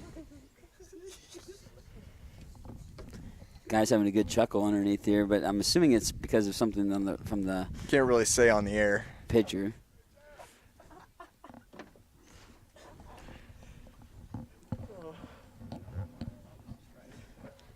Three 3-0 the count here to Jackson Rico. Davis Aaronsdorf, the pitcher for Johnson. He's the 3rd guy on the mound for the Cavaliers today in this 2nd game, and that goes well behind Rico. And going to be ball 4 for the base on balls. Back-to-back walks to open up here the 6th inning. Tanner Williams will now come to the plate. Tell you what, the worst way to get on base is when you have ball 3, when you have 3 balls, no strikes, and then you get hit by a pitch. Thankfully, that wasn't the case for Rico there. It went behind him. But I do understand that point. Like you worked the bat there, and it's like it was ball 4 anyways. But you had to get hit by a pitch anyway. First pitch strike to Tanner Williams.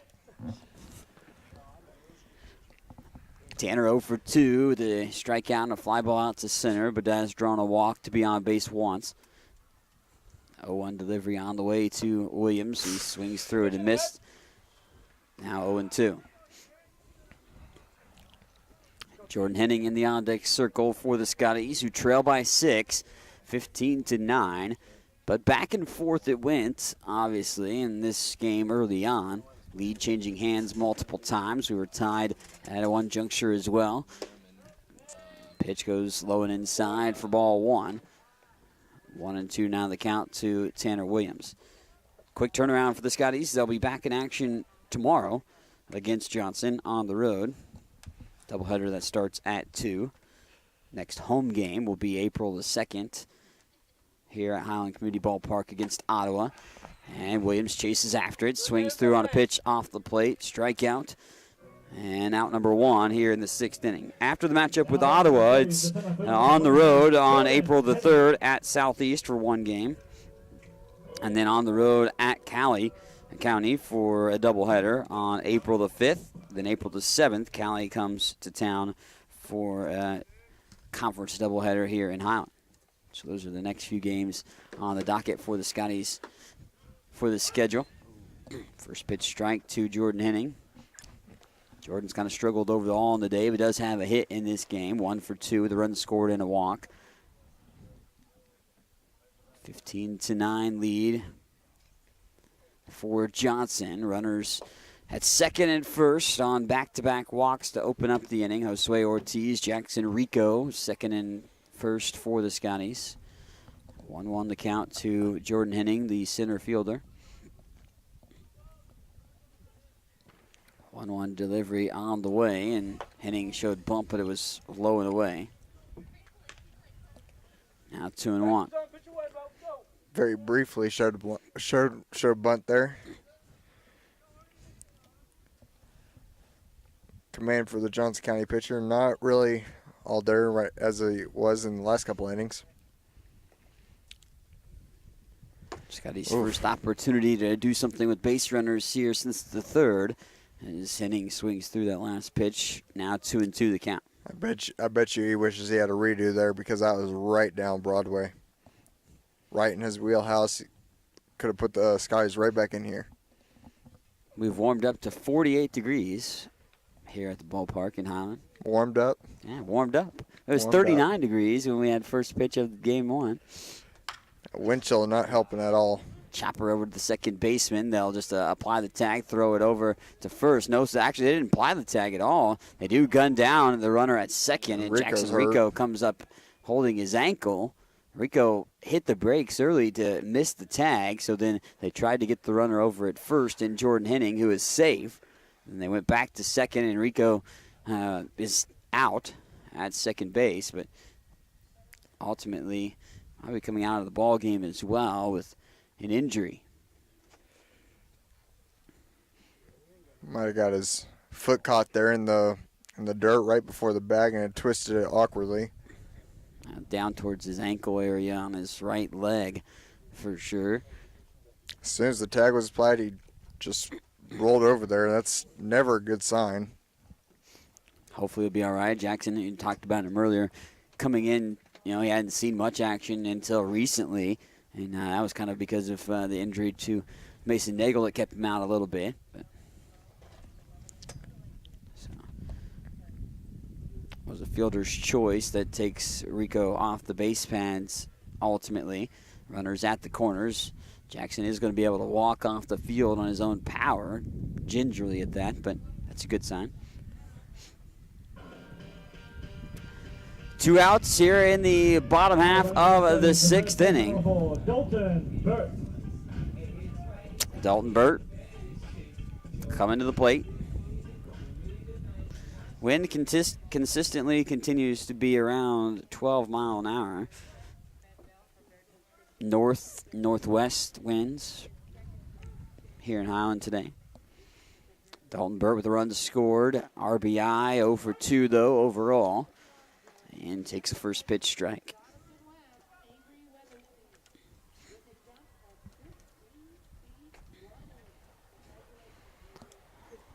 Ooh, pitch goes right into the gluteus maximus.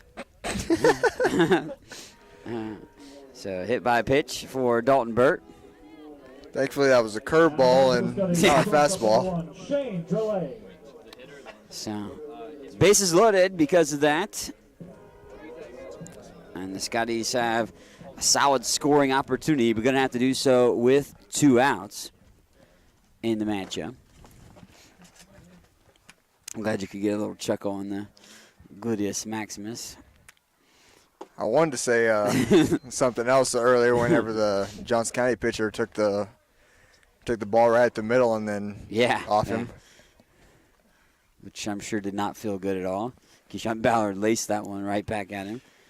First pitch ball to Shane Drolet. And Drolet takes a strike that time to even the count now at 1-1.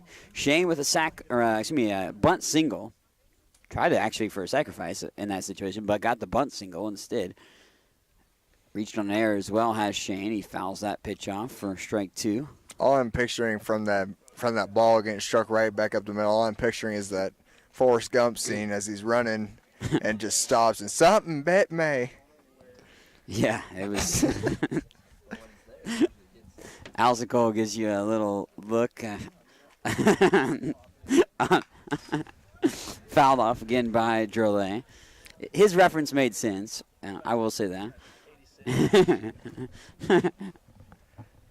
I'm the Joker. That's why you brought me in here. That's where the idea came from. I'm the Joker. I'm trying to make this a little fun here. Some people might say Joker in a different way.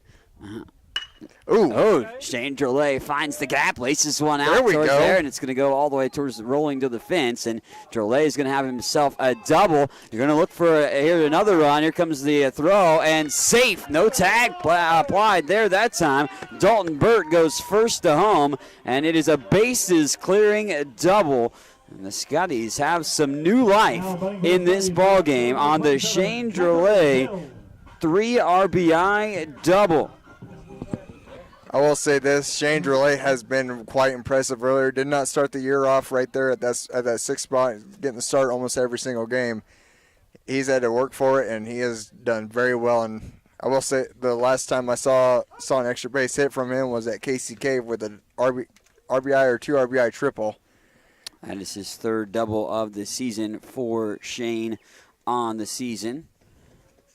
What did he do in the first game? Looking back to his performance there, he struggled in the first game, just 0 for 3 actually. And this one up into the air, tracked in by the right fielder. So the Scotties worked the bases loaded, and that situation had been a bugaboo in the first game. But during the second game, they were able to track in some runs over the course of the matchup overall, as Shane Drolet knocking there a bases clearing double in the bottom half of the 6th inning. So Shane Drolet breathed some life back into the offense for the Scotties, and what looked like a maybe insurmountable margin at this point of the game is now 15-12, and the Scotties cut the lead in half in just one fell swoop by the Shane Drolet bases clearing double that produces 3 runs, the bottom half of the 6th inning. 15-12, Scotties down by 3 against Johnson. We go to the top of the 7th inning on the Scotty Sports Network. If you have heard stories about college debt and what it is doing not only to the student who borrowed the money, but also to families who co-signed those loans, you may have concern about your own college future. Check out the difference it makes to attend Highland Community College before transferring to a 4-year institution. Going to Highland will save you thousands of dollars in college expense. Literally, you'll be able to start your life after college without the burden of debt that is impacting so many families. Check it out at highlandcc.edu. Highland Community College. From here, you can see anywhere. Get all the latest news on Highland Community College athletics by checking out ScottyAthletics.com. From recaps of the latest game action, schedules, stats, player features, athletes of the week, and much more. All you need to know about Highland Community College sports at your fingertips at ScottyAthletics.com. Make sure to also follow us on Twitter at HCC Scotties and on Facebook.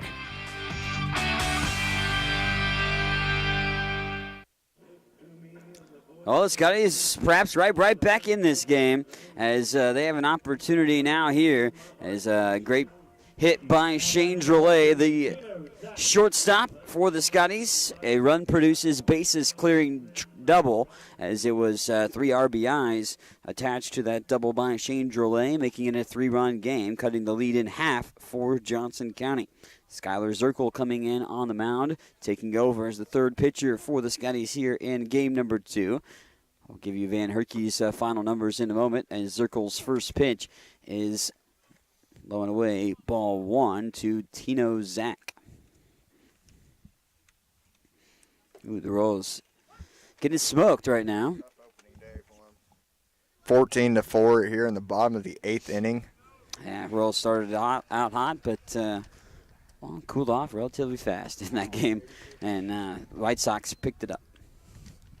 How many pitchers do you think the Royals have used today? 4. 7. Holy cow. I was going to say 5, but then I was like, probably not. But that is not a good sign. Here's the 2-1 delivery on the way. Zach gets a piece of it. Looks like it's going to work itself out of play on the third base line and move the count to 2-2. Gives numbers on Skylar Zirkle. Skylar, a freshman from Tecumseh, Kansas. 5th appearance on the season. It only pitched 4 1/3 innings prior to today. ERA, not exactly the number you want to hear, but struggling in that capacity. Did toss 1+ innings in 3 of his 4 prior appearances. A swing and a miss by Zach is a strikeout. It is only the 2nd strikeout of the year for Skylar Zirkle. You want to hear some other good MLB news? Giancarlo Stanton, his first at bat as a Yankee homers. First game as a Yankee, gets 2 home runs. If you're a Yankees fan, that is a good news. I ain't, but I like Giancarlo Stanton. It's definitely one of the premier players in Major League Baseball. Do you know today all of the Major League Baseball teams were scheduled to open up the season, which has not been the case for many years on opening day? I think it's the first time that was supposed to happen since like 1968. But it didn't happen because 2 games were rained out. I found out earlier. I think it was a Pittsburgh game and Washington as well. Popped up into the air, charging hard and diving for it. Close play out there in right field, but Zachary Hill unable to get to it. They'll have a play at second, but the throw's offline. And now we'll go all the way to third. Rishik's going to toss down to third, but no, not in time to get that play. So A single turned into a Little League triple. All the way at third base now for The right fielder, number 4, Chaz Johnson County to have the runner in scoring position all of a sudden. Did you get my Chaz reference Burgess. there? Huh? Did you get my reference there with the Little Little League League. triple? Oh, yeah. No doubt. They did give it a single, like you said, and advancing on the air. Thought it was so funny how, and I'll bring back another umpiring story, how if the kids make it all the way around the bag, they think that's a home run when, of course, one kid hits it and, second baseman finally fields it, throws it over the first baseman's head, and then the first baseman throws it over all the way into the outfield. And it's so funny how the Little League I coach is, they put that on a high school field. Popped up into the air on going over the mound. Third baseman was in pursuit. It's going to fall in for an infield single, perhaps. They throw home, and they won't get that out as Jake Crast is going to try to score, and he does for Johnson. Lead now back to 4 all of a sudden. It's a tough play there. Usually the unwritten rule for defense is the pitchers don't catch infield pop flies, and Zirkle looked like he was trying to get under that one. Well, Dalton Burt covered a lot of ground. He went over the top of the mound onto the That's right side. That's always difficult there when you're an infielder and you're not looking at the ground where you're running, and then you have a big old mound in the middle and you have to run over that. Yeah, from flat ground to obviously the mound to cover that position. So I'm shocked to see the normal outfielder that's in the infield today, Josue, or in the infield now, didn't make a play on that, because he would have surely hopefully to catch that. Had probably the least amount of territory to recover, and outside of the pitcher, of course, in that play. But nonetheless, it goes down and it's an infield single for Chaz Burgess, and Blake Shannon's at the plate right now with a 2-0 count in his favor. Shannon entered the game as the game progressed. He had his first at bat back in the 4th and was thrown out at home in that inning, but it was still a 5-run inning for Johnson County. 2-1 the count as Zirkle found the strike zone on the last delivery. But a pair of hits and the last couple of opportunities, plus an error, produces a run here in the 7th inning. And it's now 16-12. Scotty's down by 4. Trailed by as many as 6. Cut the lead in half with a Shane Drolet 3 RBI double in the bottom half of the 6th inning. We're in the top half of the 7th right now. And that pitch, ooh, man, rocketed over the tops of the head, almost skidding the Johnson County guys in the dugout.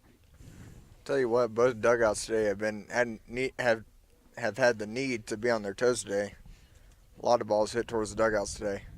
I was going to give you Blake Van Herky's final numbers as well.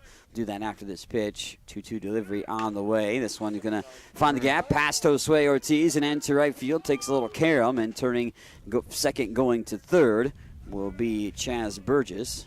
That was right there, perfect execution of the hit and run. Obviously, when you have the runner at first base running, that will pull Keyshawn at second over to cover second base, and that will just leave a giant hole in the right side. And maybe not more of the hole. I mean, you had it still pretty close to the first baseman, Josue, but still hit hard enough to get past him. And Josue obviously not normally playing first base on a regular basis, too. Might come into a factor a little bit as well. Van Herky, go ahead. He's more into fly balls than ground balls. Laying down the bunt here. This one goes right to Tanner Williams, who throws it to second, but he throws it into center field. On E2, in that situation, they'll try to get the runner over at third, and that gets away. And the runner's going to move up to now second. He stepped right on Dalton Burt's glove, who was trying to field a throw. So a run scores in Chaz Burgess. So error on the catcher. Keeping things rolling. 2 runs across here. The lead back to 5. 17-12 lead here in the top of the 7th inning. Van Herky, I promise you his final stats. I'll give it to you. With 1 2/3 innings of work, surrendering 3 runs on 4 hits, 3 walks, and 1 strikeout.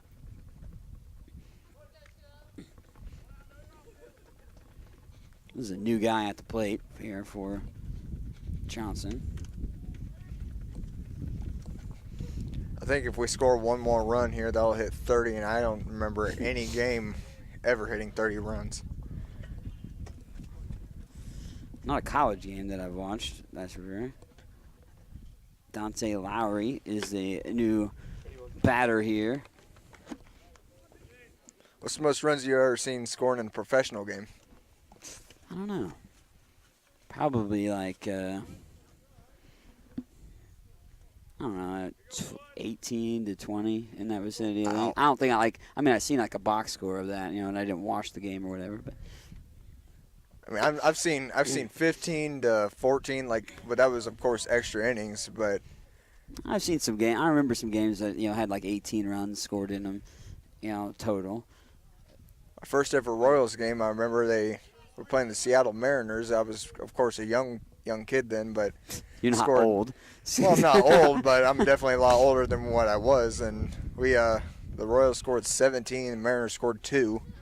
See, there's 19 runs. But that was also professional level.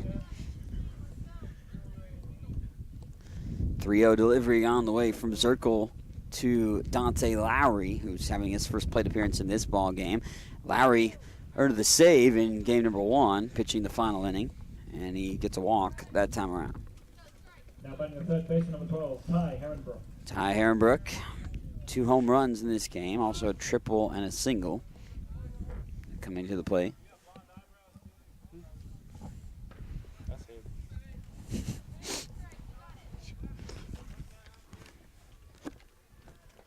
One out here in the top of the 7th inning. 2 runs across the board for Johnson as they continue to add to the lead. They've had 2 half innings where they don't score, but they've scored 17 runs. Ball 1 to Herkenberg.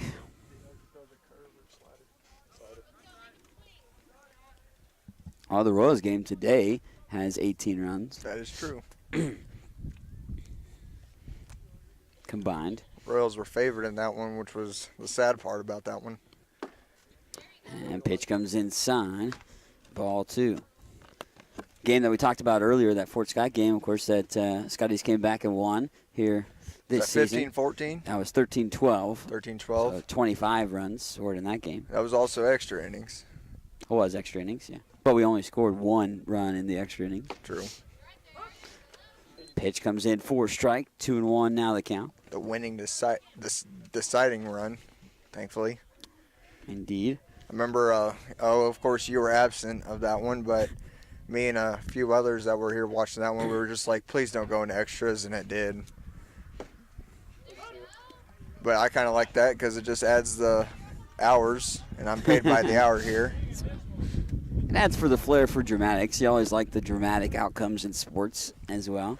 Especially walk-offs here because, the college kids get pretty rowdy on a walk-off win. Scotties have had some close ball games throughout the course of the season. Still pretty close one here. A handful of runs being the differential at this point. It's fouled off now to play down the first base side. 2-2 the count. The last walk-off win was Keyshawn Ballard's single right up the middle, and one player actually absolutely grabbed the whole entire water cooler and brought that out there into the whole entire charade of things. Well, the last 2 Scotty wins, of course, were 1-run victories as well. And that pitch will trickle its way out of play yet again. 7-6 in the game against KCK prior to this doubleheader. And a 10-9 victory against KCK as well. Of course, split the 4 games between the Blue Devils and the Scotties. Highland splitting those in the previous series prior to this series against Johnson. I'm guilty of flinching there. I've gotten pretty used to balls going like that at doing so many baseball games, broadcast-wise, that I will flinch, sometimes, but usually I'm aware that there's something going to stop it, at least from not smashing me in the face. Well, this is my first time sitting down here. I do enjoy this point of view a lot more. Drolet picks it up, fires over to second. They'll get one, and that's only the second out of the inning, so a run does come in to score. I tell you, Johnson County's done a well job of answering back to the Scotty's threat, as we scored 3 runs in that last inning, but here we go into the next inning and to the top of the next inning, and here's Johnson scoring 3. Still have the possibility of scoring more, but they've had an answer every single time we've thrown something back at them, of course, in this contest, and Scotty's had in lead early on, but first pitch curves in for a strike to Malik Williams. 0-1 the count here with 2 outs in the top of the 7th inning. This is the 8th guy to come to the plate for Johnson. They send another to the plate. It would be the 3rd time they bat around in a single inning. Oh, and Malik Williams tattoos another, and this one is gone. And Williams takes a round trip ticket once more for his 2nd home run of the ball game. Nice effort there by Rishik, but that one was no doubt gone. 2 guys on the base pads, correct, at that point. So a 3-run homer for Williams. So Williams brings in the 2 on the base pads, and the Scotties continue to see Johnson County put forth strong frames. This is a 6-run inning in the top half of the 7th. 21-12. How many base hits is that now? It's got to be close to 30. Just 23. Wow. Oh. Jacob Owens going to wear the pitch, and now we've sent all 9 to the plate here in this inning, and that hit batsman will mean the inning continues. Tino Zach, who struck out to open up the frame, will now come to the plate. Skylar Zirkle on the mound for the Scotties, down early on in this contest. They battled back, took the lead, tied it, regained the lead again after that point. But then down by 1 after 4 innings, or going into the 4th, bottom of the 4th. Lead just has grown since that point.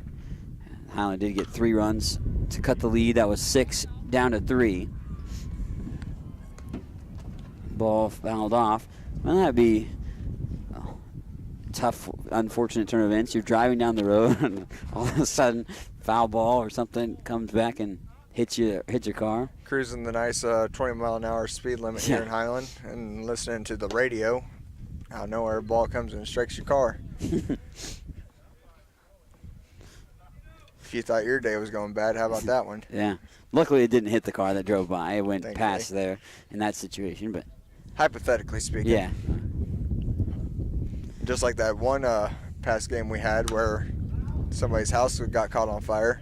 That was a bad, fortunate turnaround. Hopefully everyone was all right in that situation, of course, but it was a house fire that did affect the field of play when we were doing the game. That was a 13-12 game that the Scotties won over Fort Sky. Some ash was coming onto the field here. It got into the umpire's eyes. Yep, remember that? It had to have a stoppage of play for that, and kind of a cloudy overcast to the field for a little bit too during the time frame. Owens was on the move, so he gets a stolen base as he advances to second.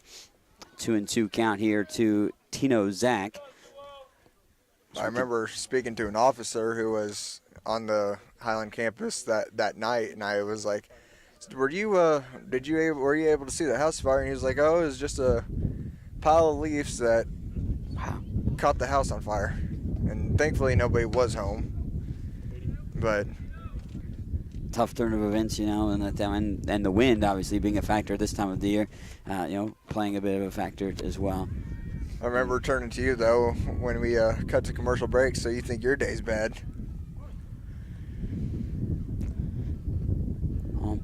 2-2 count here with 2 outs in the top of the 7th inning. A 6-run top of the 7th at that for Johnson. The ball goes down low, and it's ball 3. Now full count to Tino Zach. Zach has 2 hits, 5 at bats, so 2 for 5. He also struck out twice, however. Does have a pair of RBIs attached to his 2 singles. Runner at second, and Zach takes ball 4. Who's the leading RBI person for Johnson? We'll have to check that out. But the live stats. If you want to follow live stats during any of the games, don't forget to check out ScottyAthletics.com under the schedule page, the live stat link, of course, the link to watch and listen to the ball games on a regular basis as well. I'm sure you could probably guess who the leader is. Malik? Close. He's got 4, but it's 7 RBIs for Ty Herkenberg, who has a 3-run homer and a solo home run. Counts for a third of their runs. Wow. And he had 2 RBIs on his triple that he had as well. Anybody with multiple home runs? Yeah, Herkenberg has 2 and Williams has 2. And Sullivan has the other. So 5 home runs for Johnson County in this ball game. Scotties, of course, have a few home runs of their own in the showdown as well. 2 of them. Keyshawn Ballard with a solo shot and Mason Nagel with a 3-run homer. Got a piece of that, fouling it off. Williams is in pursuit, but going to trickle out into the stands. 1-1 now the count. Jake Krast. Jake has a 3-hit day with 2 RBIs, a run scored. One of his 3 hits being a double. 21-12 lead. Scotties trail it by 9. We'll enter the bottom of the 7th inning with the 2, 3, 4 spots are due up here. Krast gonna perhaps find an open spot, and that he does. Another run's gonna come in to score for Johnson, and it's a RBI double. So Krast is able to bring in a run. Scores 1. Now there's 2 more in scoring position for Johnson County.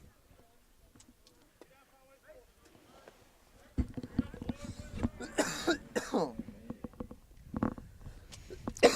the hits continue to pile up. Extra base hits at that. Another one put up into the air. Chaz Burgess shooting it up. Shortstop Shane Drolet in pursuit. He gets called off by Jordan Henning, and Henning can't catch it. Wow.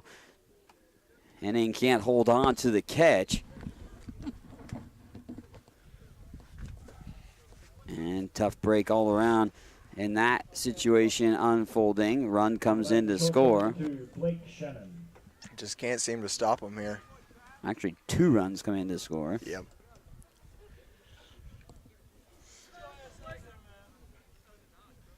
Scotty's now down 24-12.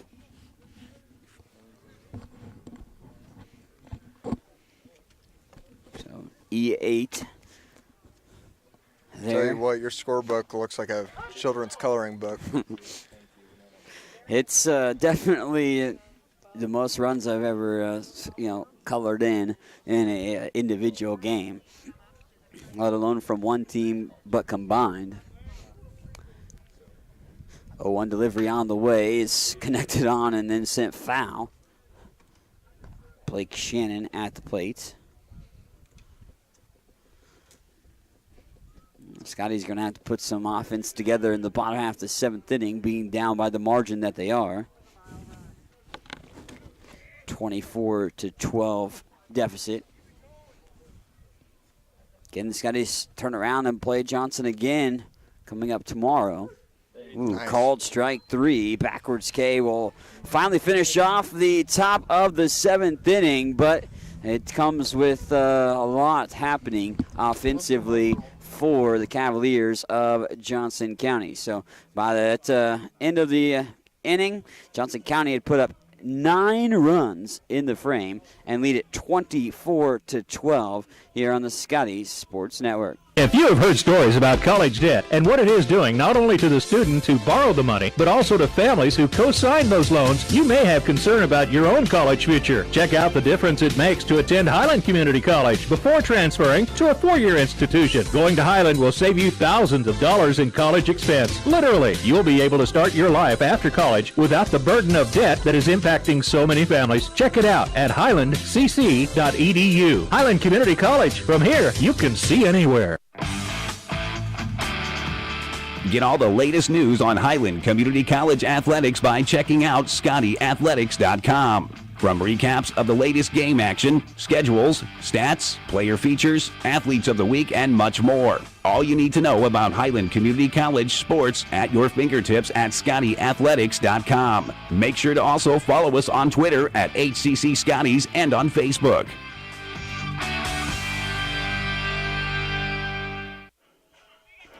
Now, the Scotties got to put something together offensively to try to continue their opportunity in this ball game, but face a sizable mountain to climb here in this contest. We head to the bottom of the 7th inning. Justin Reshik will head to the plate. Justin does have a hit with 2 RBIs attached to it. A couple of runs scored, 1 for 3 overall, was hit by a pitch, and Reshik puts one right to the first baseman, skips over the glove of Williams. Reshik's going to turn first and hit the brakes quickly and settle for a single. But it's a leadoff man on for the Scotties, and that's where it starts.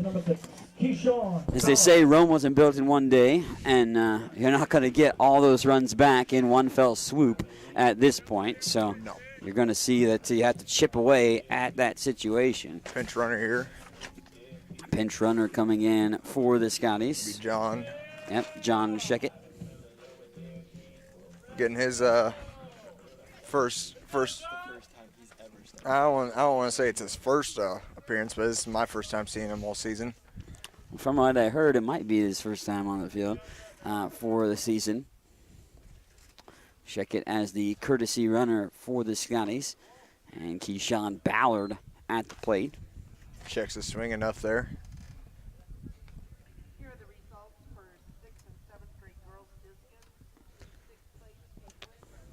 1-0 delivery on the way. Ballard gets a piece of it, but sends it out to right field. It's going to stay in the ballpark, tracking it in, and Sheckett will have to appeal back over to first after the out. Recorded in the glove of Chaz Burgess, and that is 1 out.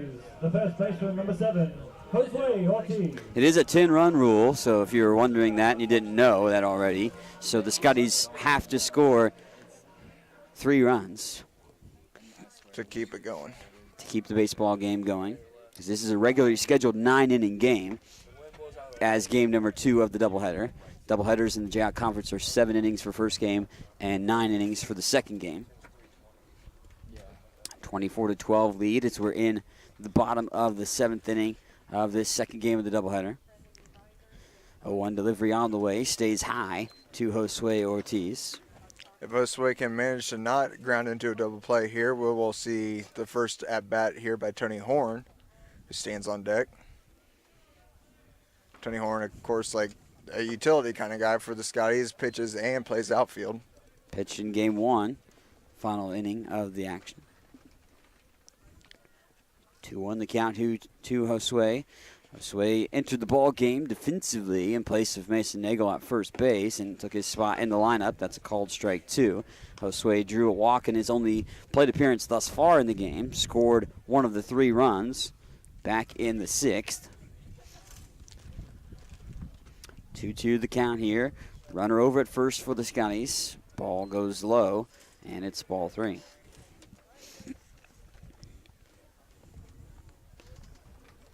So Tony Horn will come to the plate next if Josue, indeed, like you said, doesn't hit the ground double play, but he doesn't even hit as he gets the base on balls. So now 2 on, 1 away. Here comes Tony Horn to the plate. Number 2, Tony Horn. Tony, .333 batting average on the season for the redshirt sophomore from Muskogee, Oklahoma. Tony Horn now trying to ignite something offensively for the Scotties.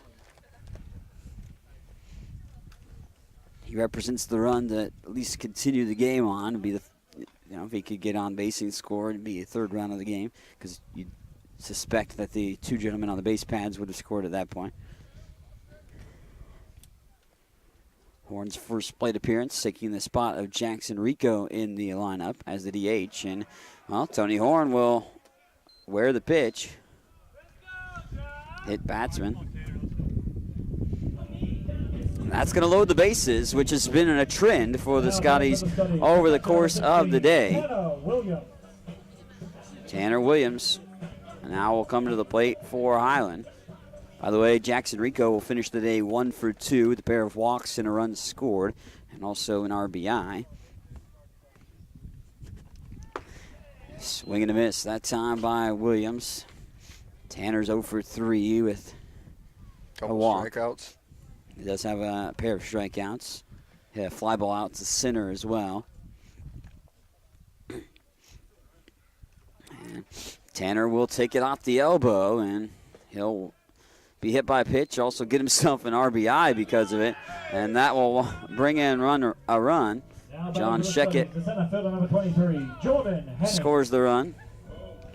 So there's one run across the board for the Scotties. Good there for John to score a run this first of the season.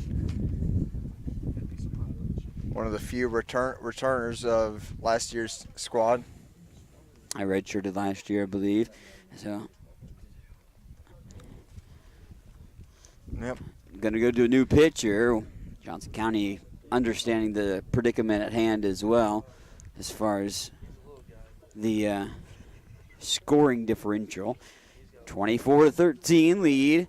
New pitcher coming in for Johnson will be their fourth guy on the mound for the Cavaliers. Although the guy that leaves the ballgame right now did a relatively solid job, Davis Ahrensdorf. He went 4 innings. Looks like number 20, maybe. Ahrensdorf gives up 4 runs on, or all 4 earned, it looks like. 3 hits. 3 walks and 3 strikeouts. He also hit he hit 3 batters. I thought it was only 2, but he hit 3 batters. So new pitcher for Johnson. Bailey Jelenik.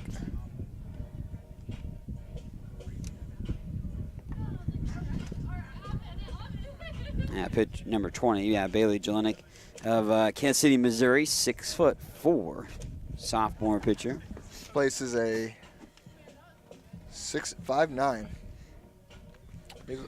The last pitcher, 5'9", looked a little shorter than everybody else. So a new pitcher on hand right now here for Johnson County to try to finish this game off in this inning. Highland, though, trying to fight hard to stay in the ball game. Bailey Jelinek coming in as the 4th different guy on the mound for the Scotties, or for the Cavaliers against the Scotties. Pitching wise for Jelinek, real quick look at his statistics. This will be his 6th appearance on the mound. He's previously only pitched 7 1/3 innings with a 3.68 ERA. So hasn't necessarily made a grand amount of appearances or pitched very long in a single game. And here, Johnson County is really only calling for him to get 2 outs at this point. Scotty's scratched a run across the board thus far and have the bases loaded at this situation with 1 out. First pitch ball to Jordan Henning. And Henning watches one catch the outside for a strike. You ask a lot from a pitcher to come on and take the responsibility of bases loaded with only 1 out. You're asking a lot of especially of a young pitcher. You do have wiggle room, obviously, with the score, but you know they're also looking at it as almost a de facto save situation. Almost looking at it as a 1-run lead, pretty much. Yeah. Well, save situation there in that situation where you're trying to finish the game out at that point. But it's not going to go as a save, of course. It's not going to go as a save. No. It's not. They're just looking to get out of here a little early. Maybe the coaches over there are pretty chilly too. Pitch stayed high. Henning laid off of it, 2-2 the count.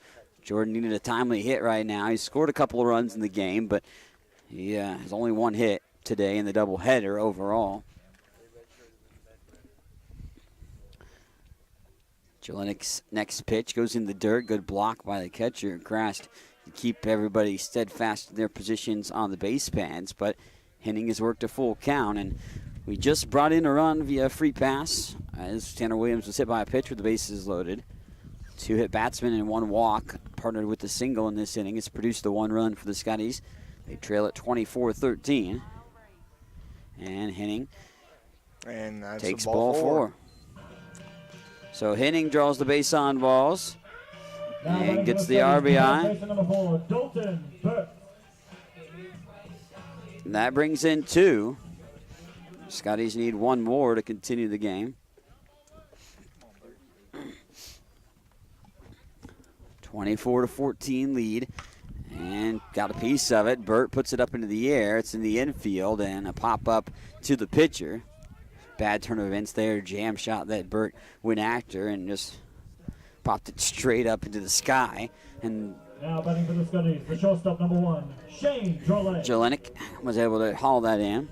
Shane Drolet with a timely hit last time up. He has a 2-hit game. Shane cleared the bases with his double, scored 3 runs in the 6th inning. He's got a bases-loaded situation standing in front of him again. Shane been swinging quite the hot bat. Oof. Old chin music there. Brushed back a little bit. There is Drolet spinning out of the way for a high ball 1 that is inside. Reached on an error, 2 hits for Drolet in the ball game, and Shane swings through that pitch though, and now 1-1 the count. I'll give you some of the final numbers after the ball game is wrapped up as well, if it indeed does finish at this score. Will Scotties extend it into the 8th inning is the question. And Drolet takes one inside. Gets ahead in the count 2-1. Drolet, shortstop, also had a really spectacular gloving play earlier on, back in the 3rd inning.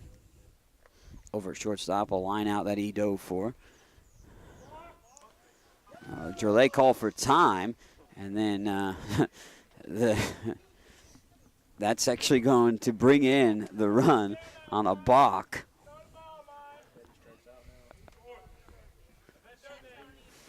So the game will continue, 24-15. A balk brings in the 3rd run of the 7th inning. And Drolet is going to put one up into the air, but long lofty up one and out towards left field.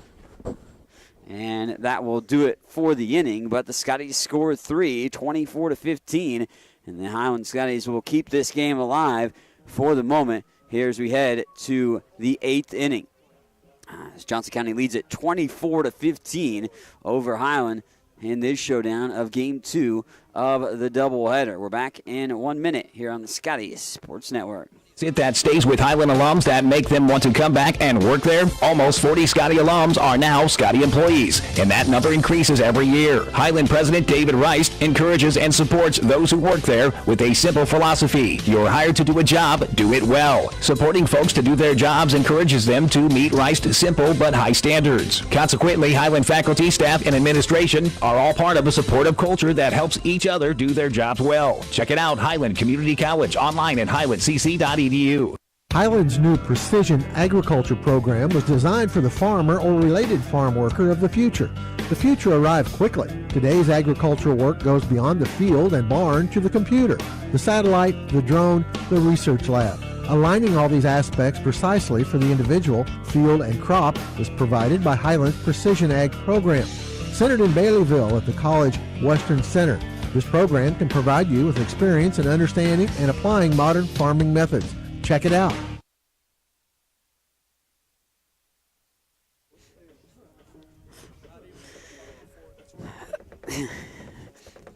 Top of the 8th inning, we've worked ourselves to. Skylar Zirkle is back on the mound for the Scotties. Scotties, well, they needed some runs. They got some runs in the bottom of the 7th inning, only with 1 hit. They did it with the free pass. 2 walks and 2 hit batsmen and a balk, bringing in the 3rd run of the contest. Leading off for the Cavaliers, second baseman number 11, Mason Hartman. 24-15. Right now, Scotty's trailing by 9. Mason Hartman will go to the plate here in the top half of the 8th inning. My scorebook's almost running out. And first pitch ball. Feel bad for the pitchers there that see the batter put their hand up, ready, calling for time, and it's the umpire's final decision whether to grant it or not to. But the pitchers usually, once they hear time, they are really good to stop that, and they. Well, they granted the time in that situation to Drolet, and No, they didn't.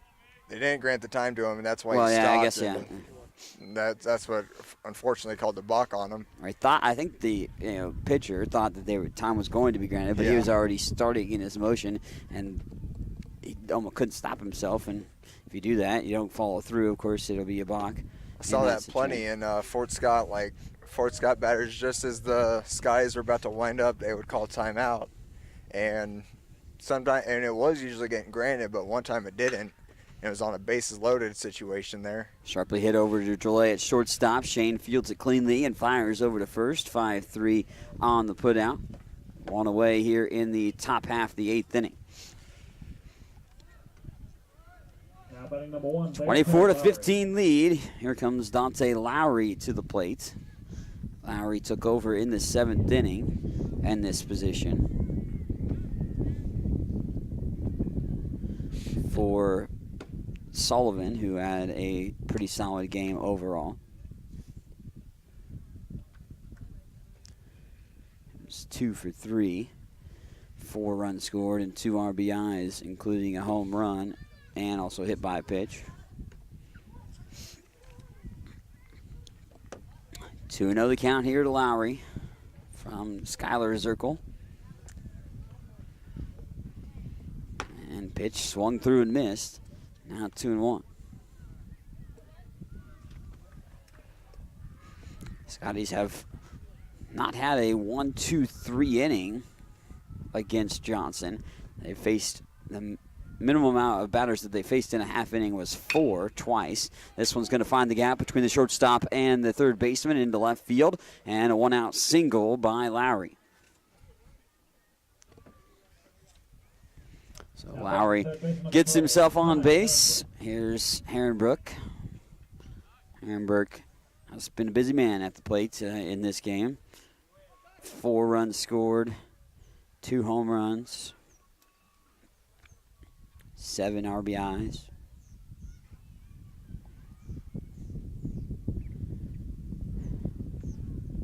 Third baseman for Johnson County.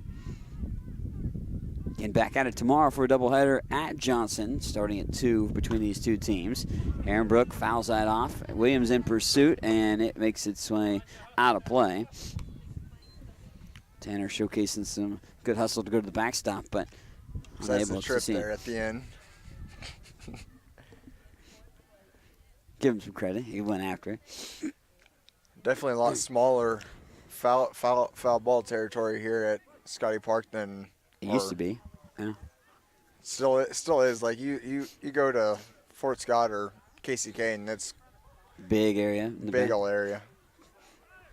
Ball gets away from Williams, and no throw down to second. No opportunity really to make an attempt at that. Lowry just trots into second base.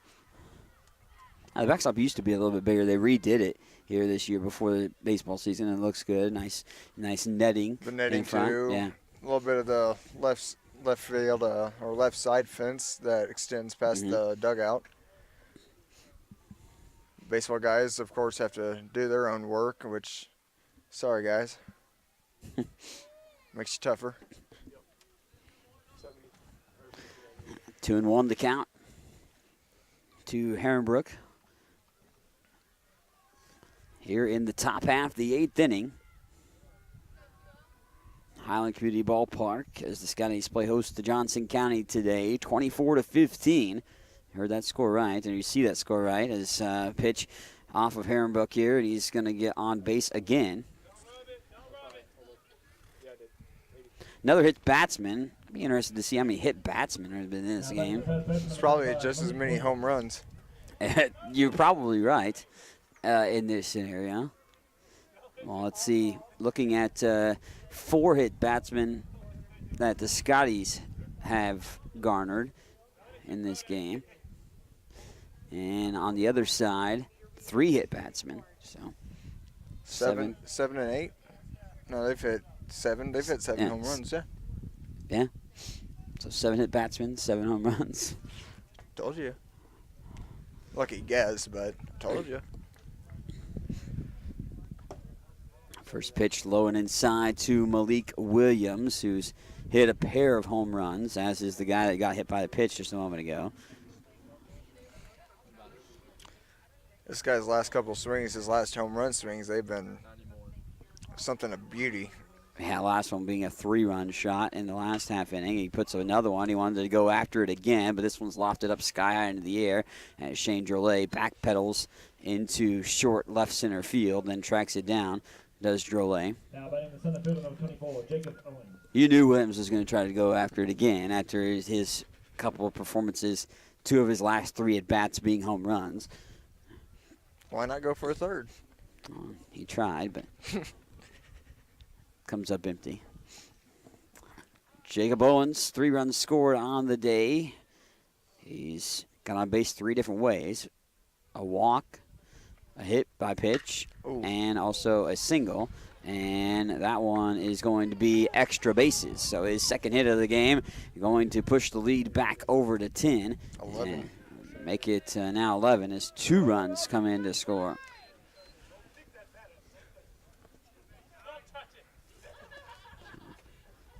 Some jokes cracked here by the Scotty faithful. Now batting number 32, Tino Zach. The few, the proud, and the few that remained. 2 RBI double on that last hit. And Tino Zach coming to the plate.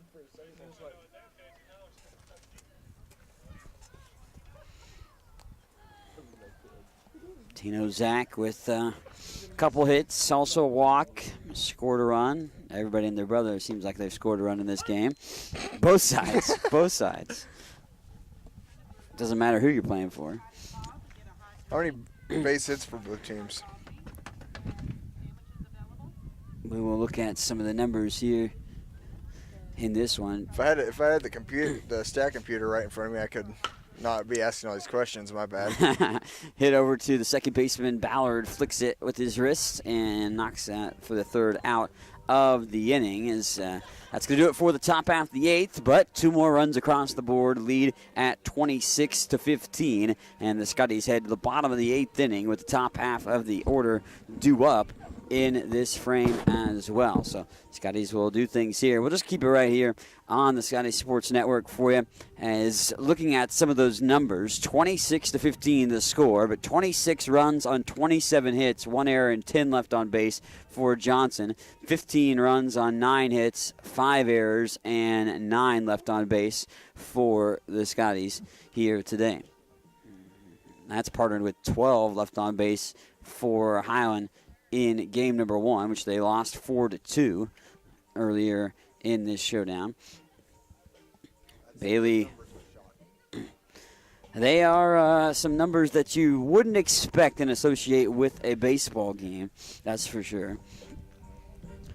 Bailey Jinlick coming back to the mound for Johnson County.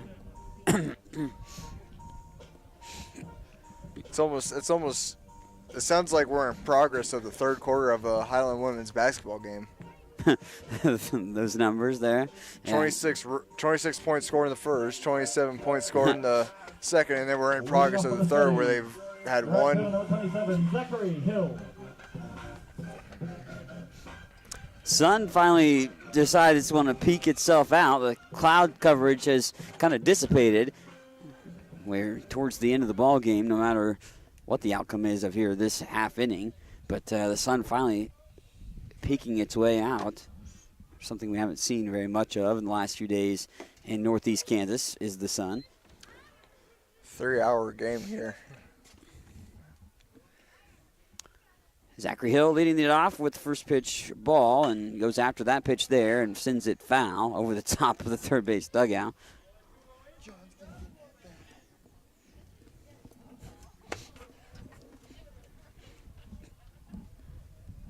One the count here to Zachary Hill, and Hill, dances out of the way.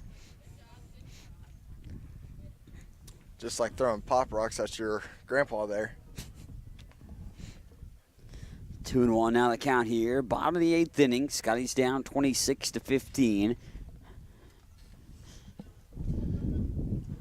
This game was a lot tighter early on, despite a lot of runs being scored. It was a back and forth, the lead that is, off the end of the barrel there and fouled off the third base side by Hill. 2-2 now the count for Zach.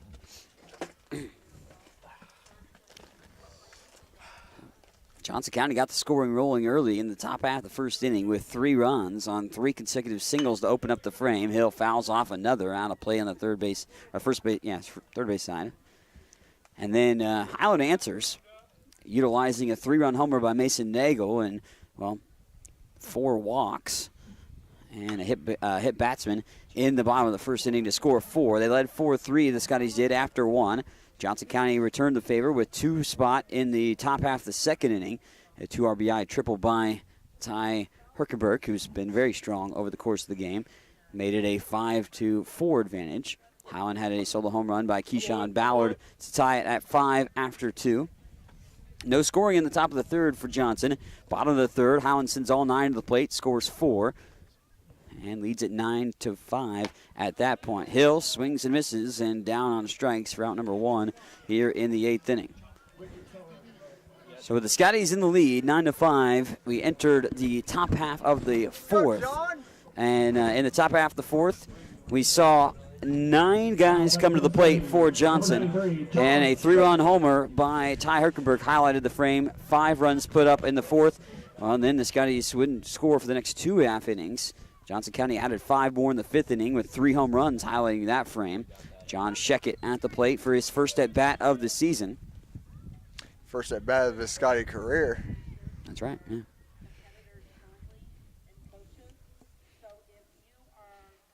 And takes it low that time. 1-1 the count to Sheckett.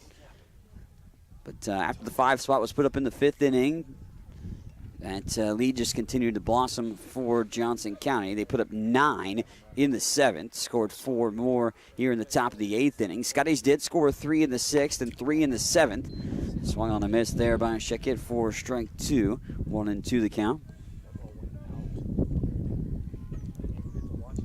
Johnson County was trying to finish the game in the bottom of the 7th inning on the run rule. Sheckett gets a piece of it, sends it down the third base line. He's going to try to beat it out the throw. Close play, but he's gunned down over at first, 5-3.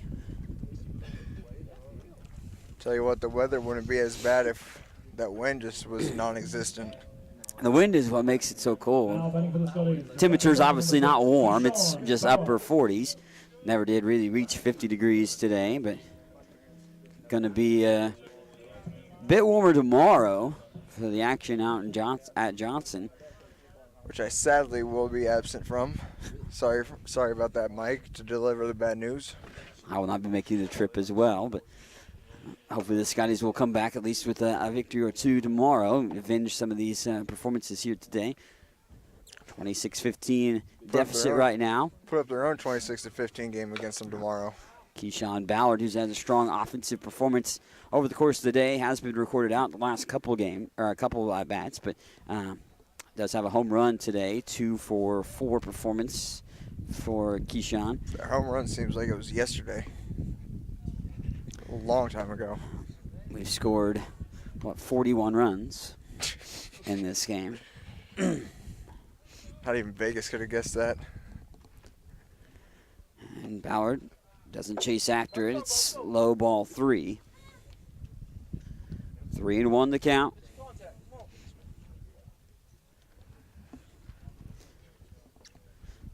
I have post-game wrap-up from the final numbers, unless Keyshawn can continue the inning here. And Keyshawn laces it out to center field for his 3rd hit of the ball game. This one is a single, and it comes with 2 outs. So Keyshawn had a 3-hit game in Game 1, has a 3-hit game here. He has now 6 3-hit games this season, does Keyshawn Ballard. 6 3-hit games and 10 multi-hit games in general for Keyshawn Ballard, top hitter on the team. Josue Ortiz watches outside, ball 1. Scotties have to score 2 runs in this inning to force it to the 9th. And Josue puts it up into the air, out towards center field, and tracking it in will be the center fielder out there, Jacob Owens, who hauls it home. So Scotty's flirt with trying to make a comeback late, but the sizable margin goes in favor of the action there for Johnson County. As we'll give you some post-game numbers in just a moment. We'll talk about those when we return here on the Scotty Sports Network. What is it that stays with Highland alums that make them want to come back and work there? Almost 40 Scotty alums are now Scotty employees, and that number increases every year. Highland President David Rice encourages and supports those who work there with a simple philosophy. You're hired to do a job, do it well. Supporting folks to do their jobs encourages them to meet Rice's simple but high standards. Consequently, Highland faculty, staff, and administration are all part of a supportive culture that helps each other do their jobs well. Check it out, Highland Community College, online at highlandcc.edu. Highland's new Precision Agriculture program was designed for the farmer or related farm worker of the future. The future arrived quickly. Today's agricultural work goes beyond the field and barn to the computer, the satellite, the drone, the research lab. Aligning all these aspects precisely for the individual, field, and crop is provided by Highland's Precision Ag program. Centered in Baileyville at the College Western Center, this program can provide you with experience in understanding and applying modern farming methods. Check it out. Give you the final numbers here and sign off for the day as Scotties fall to Johnson County in a pair of games, 4-2 in the game 1, 26-15 the final, and 8 innings in game 2 via the run rule. 26 runs on 27 hits for Johnson, 1 error and 10 left on base. The Scotties have 15 runs on 10 hits, 5 errors, and 10 left on base. It was a back-and-forth affair early on. Scotties led 4-3 after 1 inning, and, well, they found themselves down 5-4 going into the bottom of the second, tied 5-5 after 2. Scotties put up a 4 spot in the bottom half of the third, but then they trailed by giving up 5 runs apiece in the 4th and 5th innings, and 9 spot in the 7th, and the Scotties fall 26-15. Some of the final numbers overall was solid performance pitching-wise by the third guy that came to the mound, as Ahrensdorf pitched 4 innings of action. He'll actually, I believe, earn the win for Johnson on the day. Johnson had 7 RBIs from Ty Herkenberg, who goes 4 for 6 at the plate, 5 runs scored,